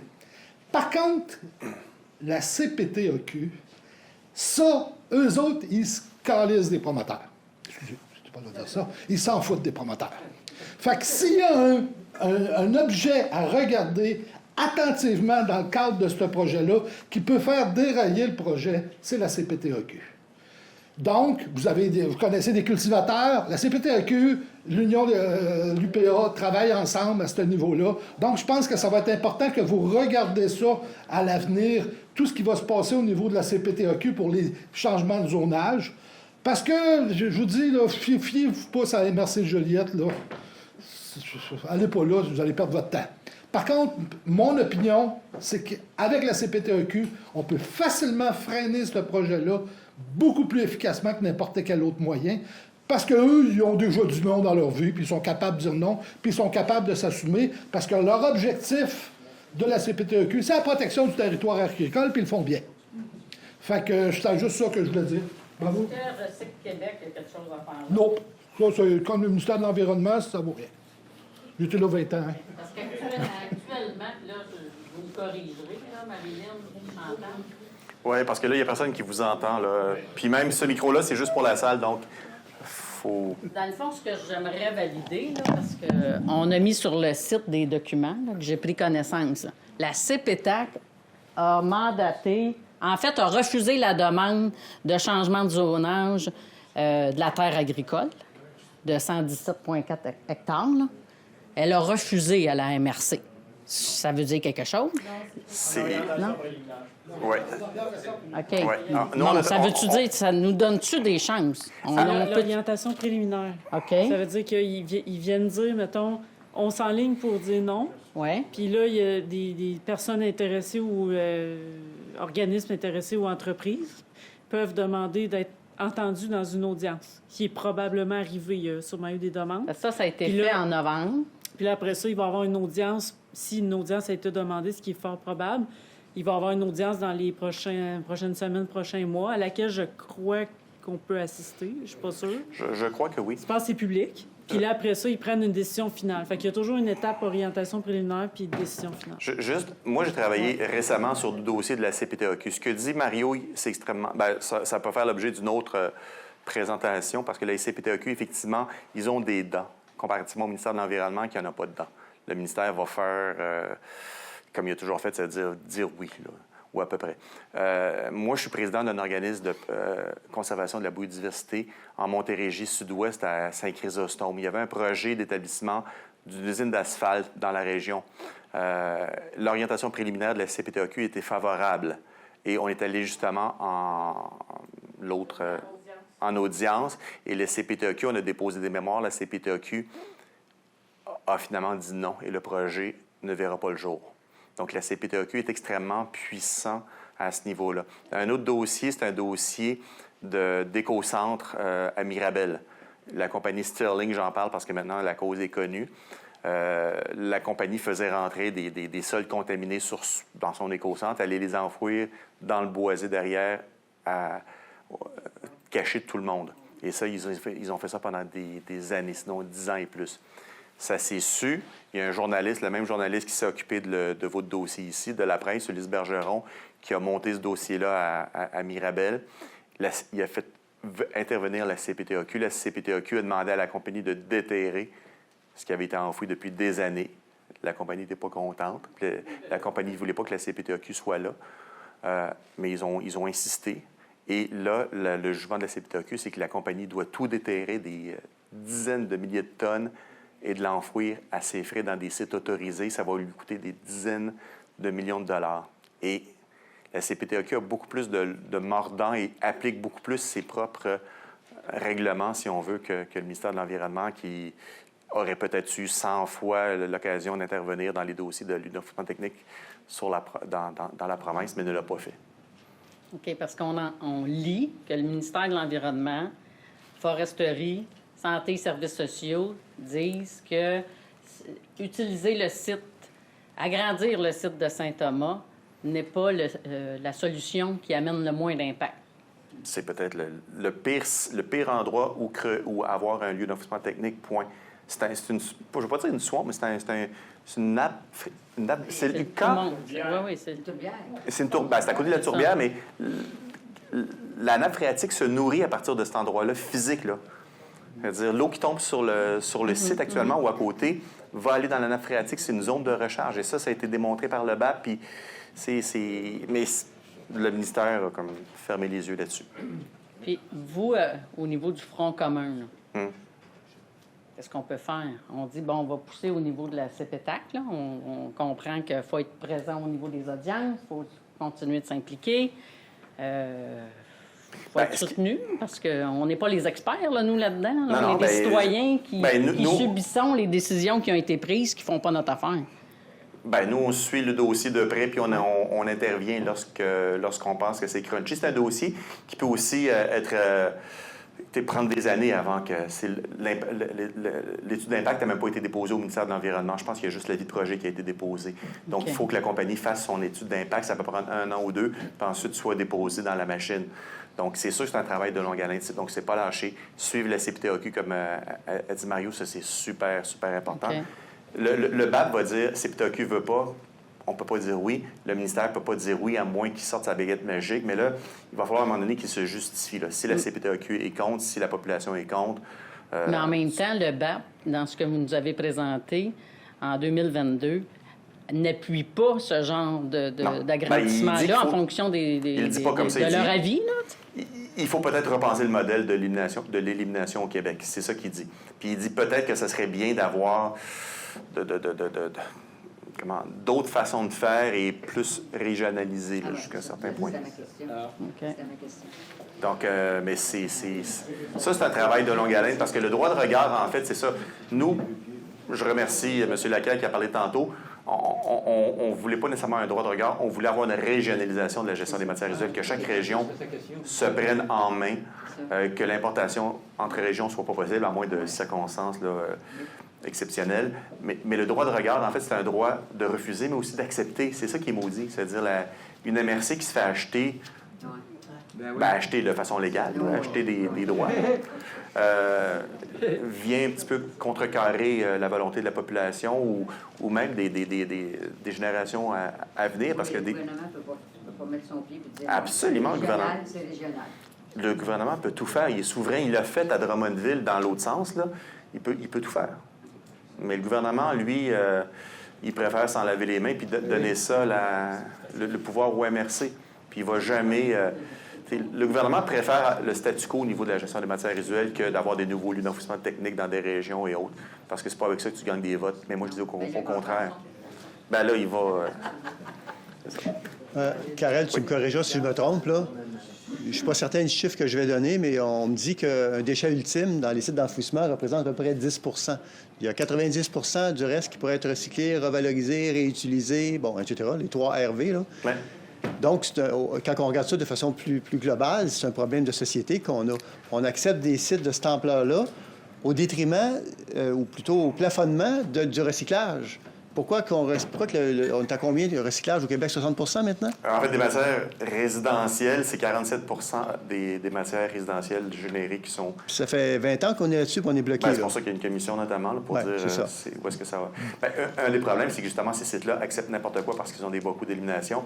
Le 10 %, effectivement, nos sacs de poubelle, 90 % des matières qui sont dans nos sacs de poubelle sont recyclables, compostables ou réutilisables. Ça, c'est la commission du BAP qui l'a dit, justement. La commission du BAP sur les résidus ultimes. On a demandé c'est quoi un résidu ultime? Bien, ça a été dit que c'était seulement 10 % de nos sacs de poubelle. Donc, si on avait des meilleures façons de faire, on serait capable de réduire de 90 %. Quand le gouvernement autorise un volume de cette ampleur-là, bien, il vient dire aux industries, payez pas plus cher, les amis.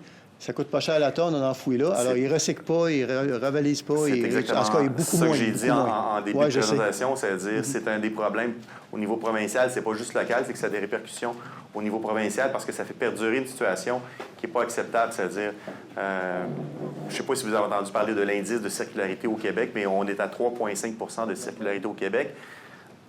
La moyenne au niveau du monde, c'est 8 %. Peut-être que ça ne vous dit rien, ça veut dire qu'on est poche au niveau des matières résiduelles. Et on empire. Au Québec, on consomme là, 271 millions de tonnes de ressources par année. On est les plus gros consommateurs de ressources, toutes confondues, et donc aussi les plus gros générateurs de matières résiduelles. Je vous encouragerais à voir le film « La poubelle province », aussi, qui a été fait il y a 10 ans, là, mais qui est un documentaire sur la gestion des déchets au Québec. On parle de EBI, mais ça n'a pas changé. On aura juste à changer l'année sur la date de création du film, et puis ça serait à peu près exactement la même chose aujourd'hui. Parlant de ce qui n'a pas changé, en 2005-2006, on a vécu cette situation-là. Depuis ce temps-là, il doit y avoir de la science qui a évolué pour appuyer le fait que c'est pas bon pour la terre d'enfouir les vidanges, les déchets ici. Qu'est-ce qu'on a maintenant d'outils de plus pour faire basculer la balance par rapport à 2005-2006? Là, on n'est pas le jour de la marmotte. Là. On ne fera pas la même chose puis avoir les mêmes résultats. Qu'est-ce qu'on a comme pouvoir de plus qu'à ce moment-là? Parce que dans ce temps-là, non plus, les instances n'étaient pas d'accord, puis ils nous ont planté ça dans les dents. Là, qu'est-ce qu'on peut faire de plus? Bien, au niveau technique, là, je veux dire, ça fait 15 ans, mais c'est quand même assez récent aussi. Moi, j'ai bien hâte de voir l'étude d'impact puis voir justement les impacts qui sont montrés dans l'étude d'impact qui ont été colligés par la compagnie. Là. C'est comme ça, malheureusement, que ça fonctionne. Voir effectivement comment la contamination, s'il y a, s'est répandue. Si les murs, par exemple, de bentonite, les murs d'argile qui ont été creusés à 100 pieds pour aller chercher le sous-sol en argile, là, c'est comme une piscine. Ben, c'est ce qu'ils disent, là, c'est comme une piscine. S'il y a eu des fuites, on peut voir. Au niveau de la technologie, c'est un peu pernicieux parce que le gouvernement va dire que les lieux d'enfouissement technique sont à la fine pointe de la technologie au niveau mondial. Ça veut dire, justement, avec les mesures de confinement pour le Lexia, pour le biogaz et tout. Ce qu'on peut l'avoir, c'est beaucoup au niveau social, puis au niveau de l'acceptabilité sociale, et au niveau que c'est une inéquité interrégionale. Et on va juste perpétuer un modèle de surconsommation puis de surenfouissement avec des sites comme ça. Donc, le gouvernement, ils vont dire, bon, bien, l'entreprise, ils font des études, tout est parfait, mais eux, ils choisissent pas nécessairement quelqu'un d'objectif et qui est extérieur et qui est pas impliqué. Puis, on peut faire quoi pour que ce soit juste et vérifiable et observable et pas biaisé? Il y a plusieurs choses à faire. C'est-à-dire, nous, on a des gens qui se sont proposés pour faire des échantillonnages dans la rivière La Chaloupe et Saint-Joseph. Ça veut dire, si on est prêt à payer, parce qu'il faut payer, il y a des scientifiques qui sont prêts à faire des prélèvements, qui en ont déjà fait justement à Stablex. Un certain M. Green, Daniel Green, Société pour vaincre la pollution, s'est proposé de faire des échantillonnages. Parce que je sais, moi, il y a des gens qui m'appellent pour dire que La Chaloupe, notamment, il se passe des choses. Ou même d'autres. Mais à un moment donné, c'est un travail d'enquête et ça peut être aussi... Je ne veux pas dire aux citoyens, faites ça, parce que il y a quand même des risques que ça comporte à avoir des actions directe comme ça à faire nos propres échantillonnages ou jouer la propre police. Mais faites impliquez-vous au niveau du CRE, du comité de vigilance, posez des questions, lâchez pas la CPTAQ, mettez de la pression auprès de la MRC, sortez dans les médias, c'est comme ça que vous allez les avoir. Là. Est-ce que vous avez été mis au courant, Sainte-Cécile de Milton? Oui. Il y a un site d'enfouissement. Comment on explique que la compagnie respecte toutes les normes, puis les 100 puits autour du site sont tous contaminés? Hein? Oui, ils sont contaminés notamment avec un produit qu'on appelle les polluants éternels, le PFAS. Puis je le sais, le quartier, c'est le quartier Ménard. Mon nom, c'est Ménard. Fait que je suis né à Grenby en plus. Mais ça, c'est parce que c'était l'ancien site par atténuation naturelle. Ici, c'est sûr que vous allez avoir des PFAS dans le sol. C'est sûr et certain. Les dépotoirs, par définition, c'est un peu le bout de l'entonnoir où tous les gens jettent leur cochonnerie, leur linge, leur air fryer. En passant, c'est plein de PFAS, là, ces affaires-là. Tout a des PFAS, là. Tout a des PFAS. Et un jour, ça se retrouve au dépotoir et c'est normal que ça... Normal. C'est pas... Moi, ça ne m'étonne pas qu'on en retrouve dans les eaux de lixiviation qui ensuite sont traités et rejetés. Les traitements, il y a très peu de traitements au Québec qui traitent les PFAS. Là. Je pense qu'il y a une municipalité qui fait ça, mais c'est extrêmement cher. Donc, c'est sûr que vous allez en avoir à partir du dépotoir. Mais le problème au niveau des PFAS, c'est pas tant que le dépotoir en rejette dans l'environnement, parce qu'eux, ils ont leur traitement, puis ensuite, ils rejettent dans les réseaux hydrographiques de surface, là, dans les rivières. Donc, c'est sûr qu'il y en a. Ça serait peut-être aussi quelque chose à analyser.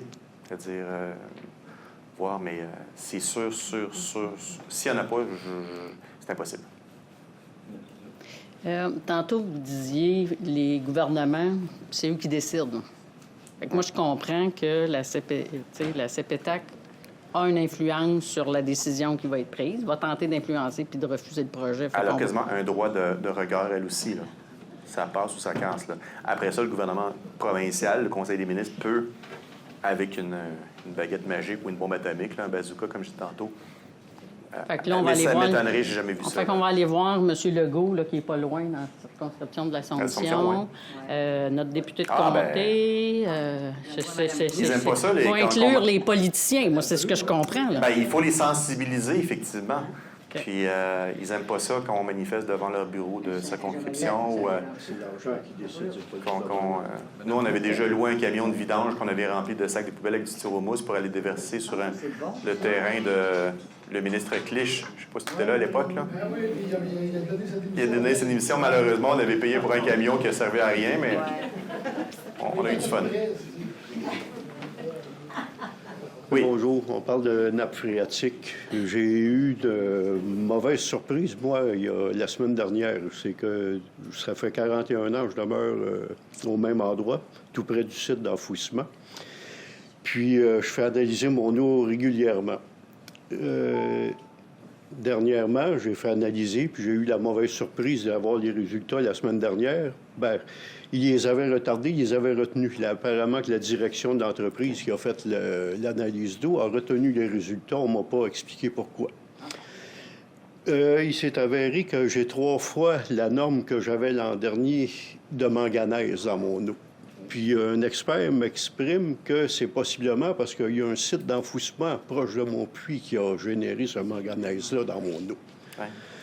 Donc, comme je suis très novice dans le dossier, ça fait quelques mois que je m'y intéresse, je me demandais est-ce qu'il y a des conseils que votre expertise que vous avez accumulée avec toutes ces années-là a pour une personne comme moi, qui est pognée avec un peu ce problème-là?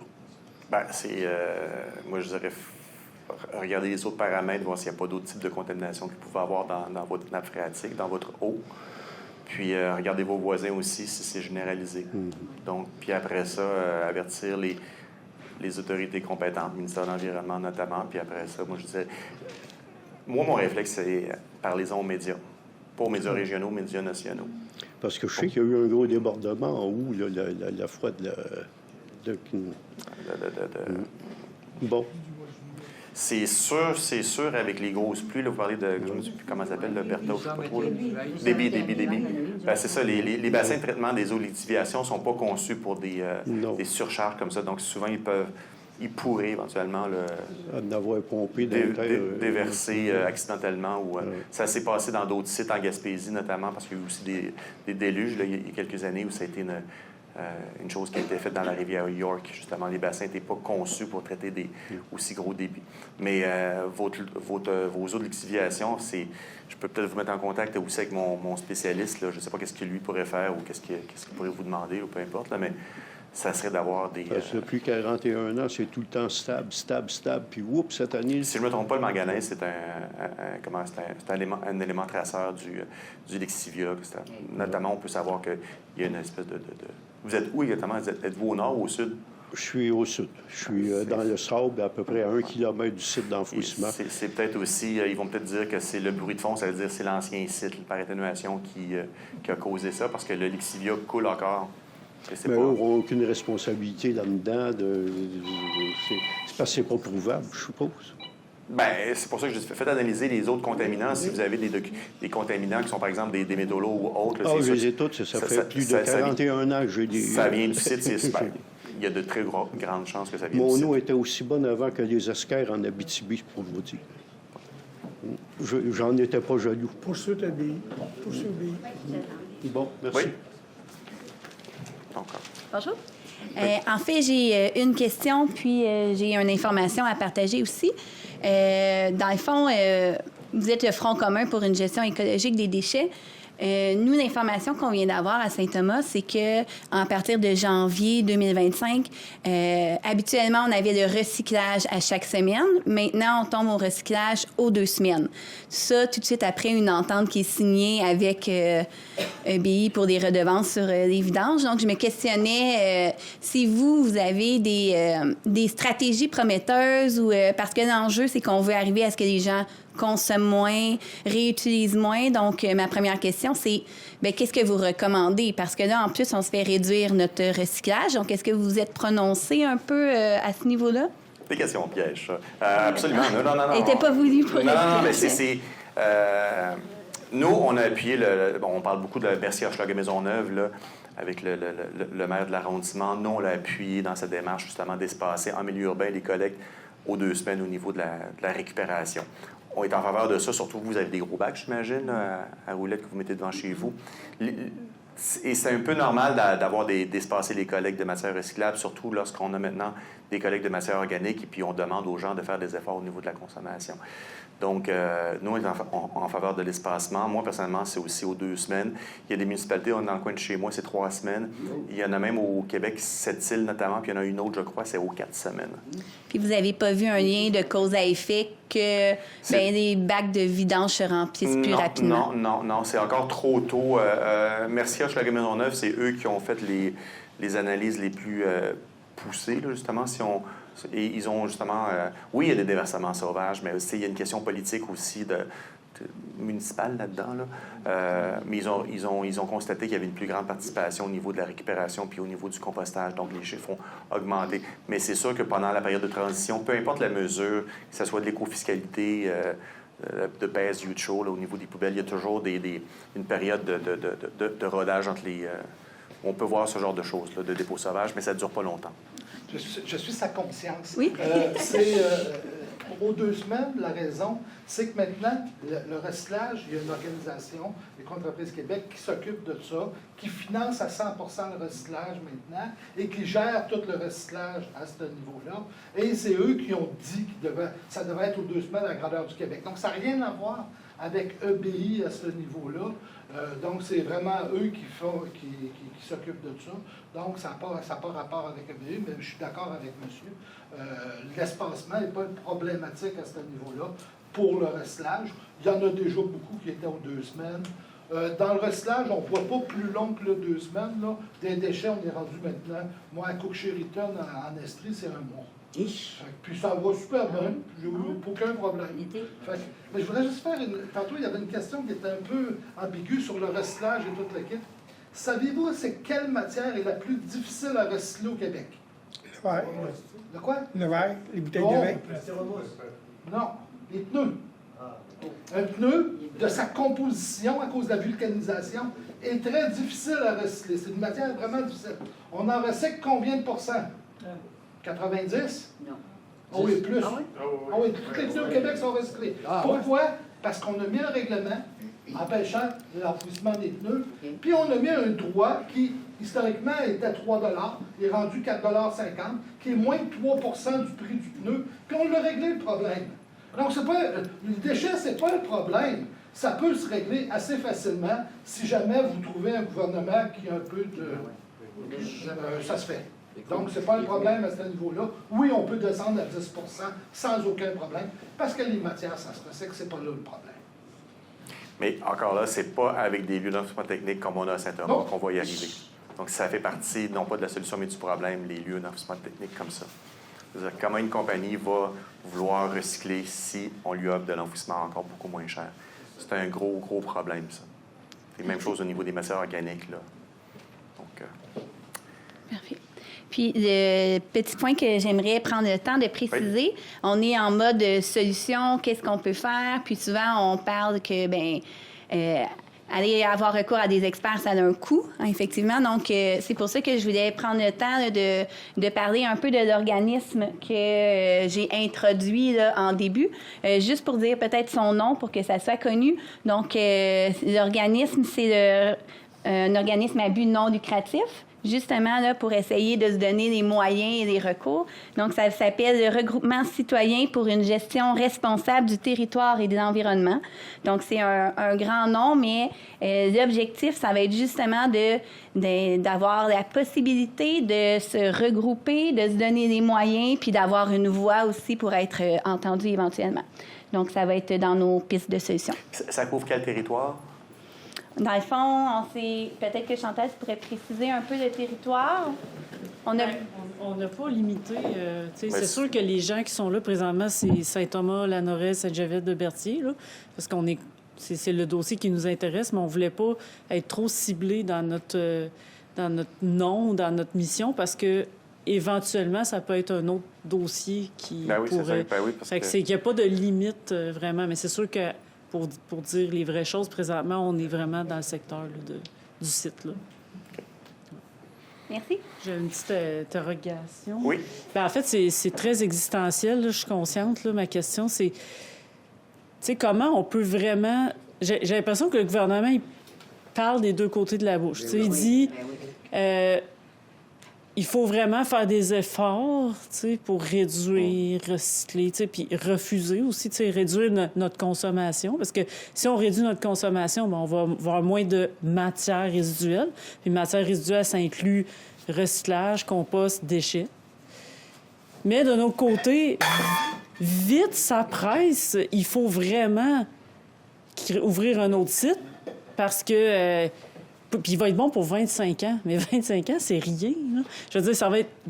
à partir de 2032, on calcule à 25 ans. Mais à part nous, ici, là, qu'est-ce qu'on peut faire? Qu'est-ce qu'on peut faire, en fait, pour que ça soit une vision beaucoup plus long terme? Parce que c'est tellement pelleté par en avant. Puis d'un autre côté, si le gouvernement faisait vraiment des efforts pour qu'on réduise, bien, l'économie irait-elle aussi bien? Tu sais, c'est très existentiel, là, mais on dirait que je ne sais pas quoi faire, à part moi, faire attention chez moi. J'ai dit tantôt qu'on avait la Semaine québécoise de réduction des déchets. Cette année, la thématique, c'était consommer moins, consommer mieux. Réduire notre consommation, ça ne veut pas dire consommer, dépenser moins, c'est-à-dire on peut consommer des services, on peut demander aussi acheter des produits qui sont durables, faire réparer une laveuse plutôt que d'en acheter une nouvelle, des choses comme ça. Donc, l'économie ne va pas s'écrouler. Je n'ai jamais parlé de décroissance, puis j'en parlerai pas, parce que tu peux rouler dans une économie, faire rouler une économie en réduisant ta consommation de biens matériels aussi. Tu peux la transformer en économie de services, comme on en voit de plus en plus, économie de partage, économie de fonctionnalité, et ainsi de suite. Autrement, qu'est-ce qu'on peut faire? Écoutez, moi, là, ça fait très longtemps que je n'ai pas vu, justement, une communauté impliquée dans un dossier de dépotoir comme ça. Au Québec, la mobilisation n'est pas très forte au niveau des citoyens. C'est-à-dire, on voit des audiences du BAP, puis il y a juste 2-3 personnes, puis des gens qui ont 65 ans et plus qui sont à la retraite, là. Je pense que si vous continuez comme ça, vous allez faire bouger les choses. Vous en faites bouger pas mal de choses aussi, parce que moi, je parle à des gens qui sont à Québec, je parlais des fonctionnaires, et ils connaissaient déjà Saint-Amour-de-Joliette, mais ils connaissent un petit peu plus. Le fait que ça sorte dans les médias, il y en a qui n'aiment pas ça parce qu'ils n'aiment pas ça, se faire mettre du caca dans la face, leur caca à eux, là. Le gouvernement, nous, on met beaucoup de pression depuis des années, en fait, depuis que je suis là, une trentaine d'années, pour justement qu'il y ait une véritable régionalisation. Ce qui se passe à la CMM, pour qu'ils commencent à regarder chez eux s'ils ne peuvent pas enfouir leurs déchets, ça a pris un bon entre 15 et 20 ans, juste pour qu'ils mettent les bons mots aux bons endroits puis dans les bons textes. Dans leur PMGMR, c'est marqué. On va étudier la possibilité de... Bien, tu fais de la pression, bien, ça veut dire quoi, étudier la possibilité?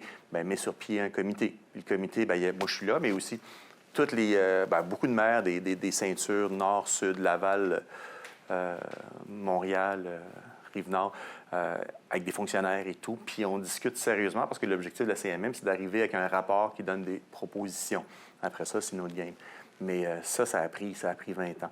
Tu ne vas pas régler... À moins que demain matin, la MRC met un droit de regard, mais tu ne vas pas régler ton problème là, rapidement. C'est un marathon. Hein. Sérieusement, c'est un marathon. Mais je pense que le marathon, là, au niveau de la ligne de départ, il est bien garni, moi, de ce que je vois ici. Donc, lâchez pas. Restez en contact avec les gens qui s'impliquent un petit peu plus, là, qui ont peut-être plus de temps. Justement, la CPTAQ, c'est un bon dossier. L'acceptabilité sociale, la question de l'eau, ça peut être aussi un dossier qui peut ressortir. Faites-vous une liste de dossiers que vous sortez à l'occasion dans les médias publics. Je dis dans les médias parce qu'on n'a pas d'argent. C'est-à-dire, les médias, c'est une bonne façon de communiquer notre information. Donc, il y a des médias qui, certainement, vont s'intéresser à ces dossiers-là.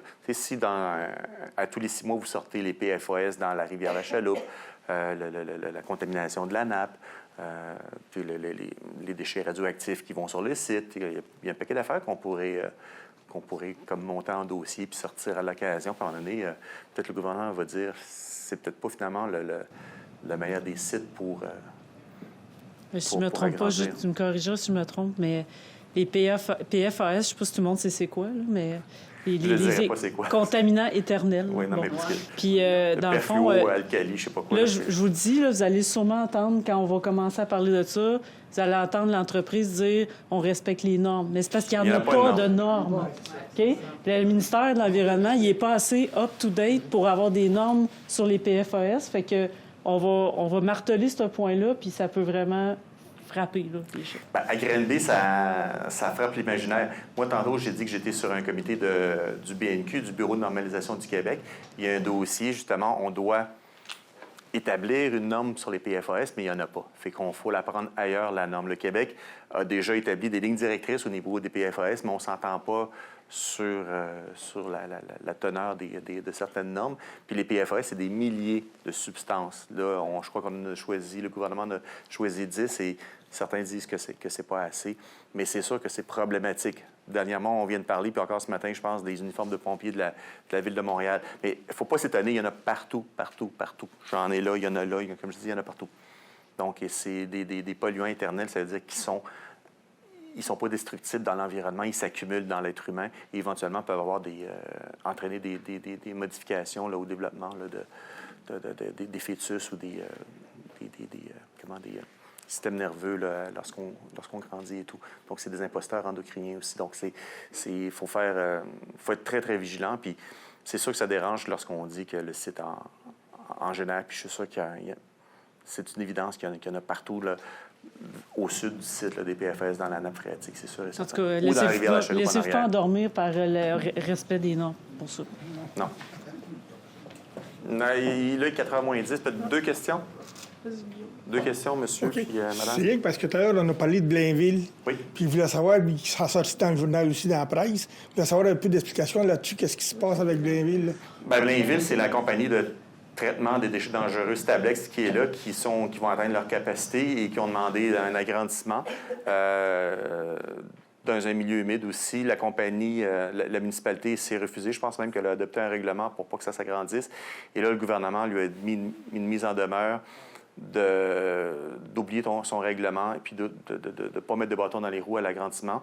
Ils ont même menacé Blainville d'avoir une zone d'intervention spéciale comme à Drummondville ou ailleurs. Sauf que le BAP avait demandé dans son rapport d'avoir une commission d'enquête générique sur l'importation de matières dangereuses parce que la plupart des déchets qui vont être dangereux, qui vont être enfouis à Blainville, proviennent de l'extérieur de la province. Et on n'a pas vraiment le portrait parce que ça relève aussi du fédéral lorsque ça passe des frontières. Et les déchets dangereux relèvent aussi du fédéral en partie. Donc, le provincial gère juste, si on veut, le dépotoir, le site en question à peu près, là. Donc, le BAP dit on n'a pas toute l'information nécessaire pour pouvoir prendre des décisions appropriées. Et ça serait impertinent qu'on commence à avoir un big picture, si on veut, des matières dangereuses pour qu'on puisse prendre des décisions. Ils n'ont pas accepté des projets pour les 40 prochaines années. Dans Blainville, c'est l'ancienne, comment ça s'appelle, le plan Bouchard, pour ceux que ça dit quelque chose, là. Une ancienne usine de munitions durant la guerre, là. Donc, c'est en plein milieu urbain. C'est-à-dire, Et qu'est-ce qui est le fun, c'est que le site où ils sont enfouis les matières après stabilisation par Stabilix, ça appartient à qui? Au ministère de l'Environnement. Donc, collectivement, tout le monde. Exactement. Une dernière question pour Oui, OK. mademoiselle. Vous avez parlé que notre levier, en tout cas le plus important, c'était probablement la CPTAQ. Je trouve ça intéressant, d'autant plus ils ont resserré les règles, là, en tout cas pour le territoire agricole. Sauf que je me demande si c'est pas un couteau à double tranchant, parce que si c'est pas accepté à cet endroit-là à cause des terres agricoles, dans le cas du projet présent, est-ce qu'il n'y a pas un risque qu'il soit mis ailleurs, dans une zone blanche qui appartient aussi à l'entreprise qui serait dans la MRC voisine? Donc, finalement, c'est un bon outil pour l'interdire, mais est-ce que c'est pas un outil aussi qui serait néfaste, puis de l'envoyer finalement juste chez les voisins? Est-ce que la MRC voisine a un droit de regard? Ah là, ça, c'est cher. La MRC voisine, je ne sais pas de laquelle vous parlez, mais je pense qu'elle n'a pas de lieu d'officiellement technique. Donc, le droit de regard pourrait s'appliquer dès demain matin si on en mettait un, donc ça réglerait le problème. Oui, mais il y aurait quand même les déchets pareils, mais avec un droit de regard. Bien, il n'y a pas de dépotoir sur le territoire de la MRC de Dautrey, donc c'est pas une interdiction en droit de regard, ça peut être une limitation. Donc, peut-être que si elle prévoit en avoir un, elle peut le dire, là, je veux juste avoir 50 000 tonnes pour moi puis mes amis, ou j'en veux pas du tout. Je comprends. Merci. Mais il s'appliquerait demain parce qu'il n'y a pas de lieu en opération actuellement. Donc, moi, je veux remercier Karel. Karel qui fait un fichu bon travail. Merci. Merci beaucoup de vous être déplacés. Et vous savez, vous êtes les vecteurs de changement. Vous connaissez tous une personne ou deux qui connaît une personne ou deux. Hein? C'est ça le principe. Hein? Il faut que vous en parliez aux gens. Puis l'idée, c'est tout simplement de s'informer. En s'informant, bien, vous prendrez une décision. Ça sera la vôtre. Mais s'informer au moins, aller chercher l'information, l'analyser, puis, bon, pouvoir se faire une tête, une opinion. C'est pas une question de juger, mais ça vous appartient. Puis si la cause vous tient à cœur, puis vous voulez avoir davantage d'informations, Marie va pouvoir vous communiquer ça éventuellement lorsque l'organisme sera vraiment avec un conseil d'administration et avec des membres qu'on espère en très, très grand nombre. Merci de votre présence. Bon retour à la maison.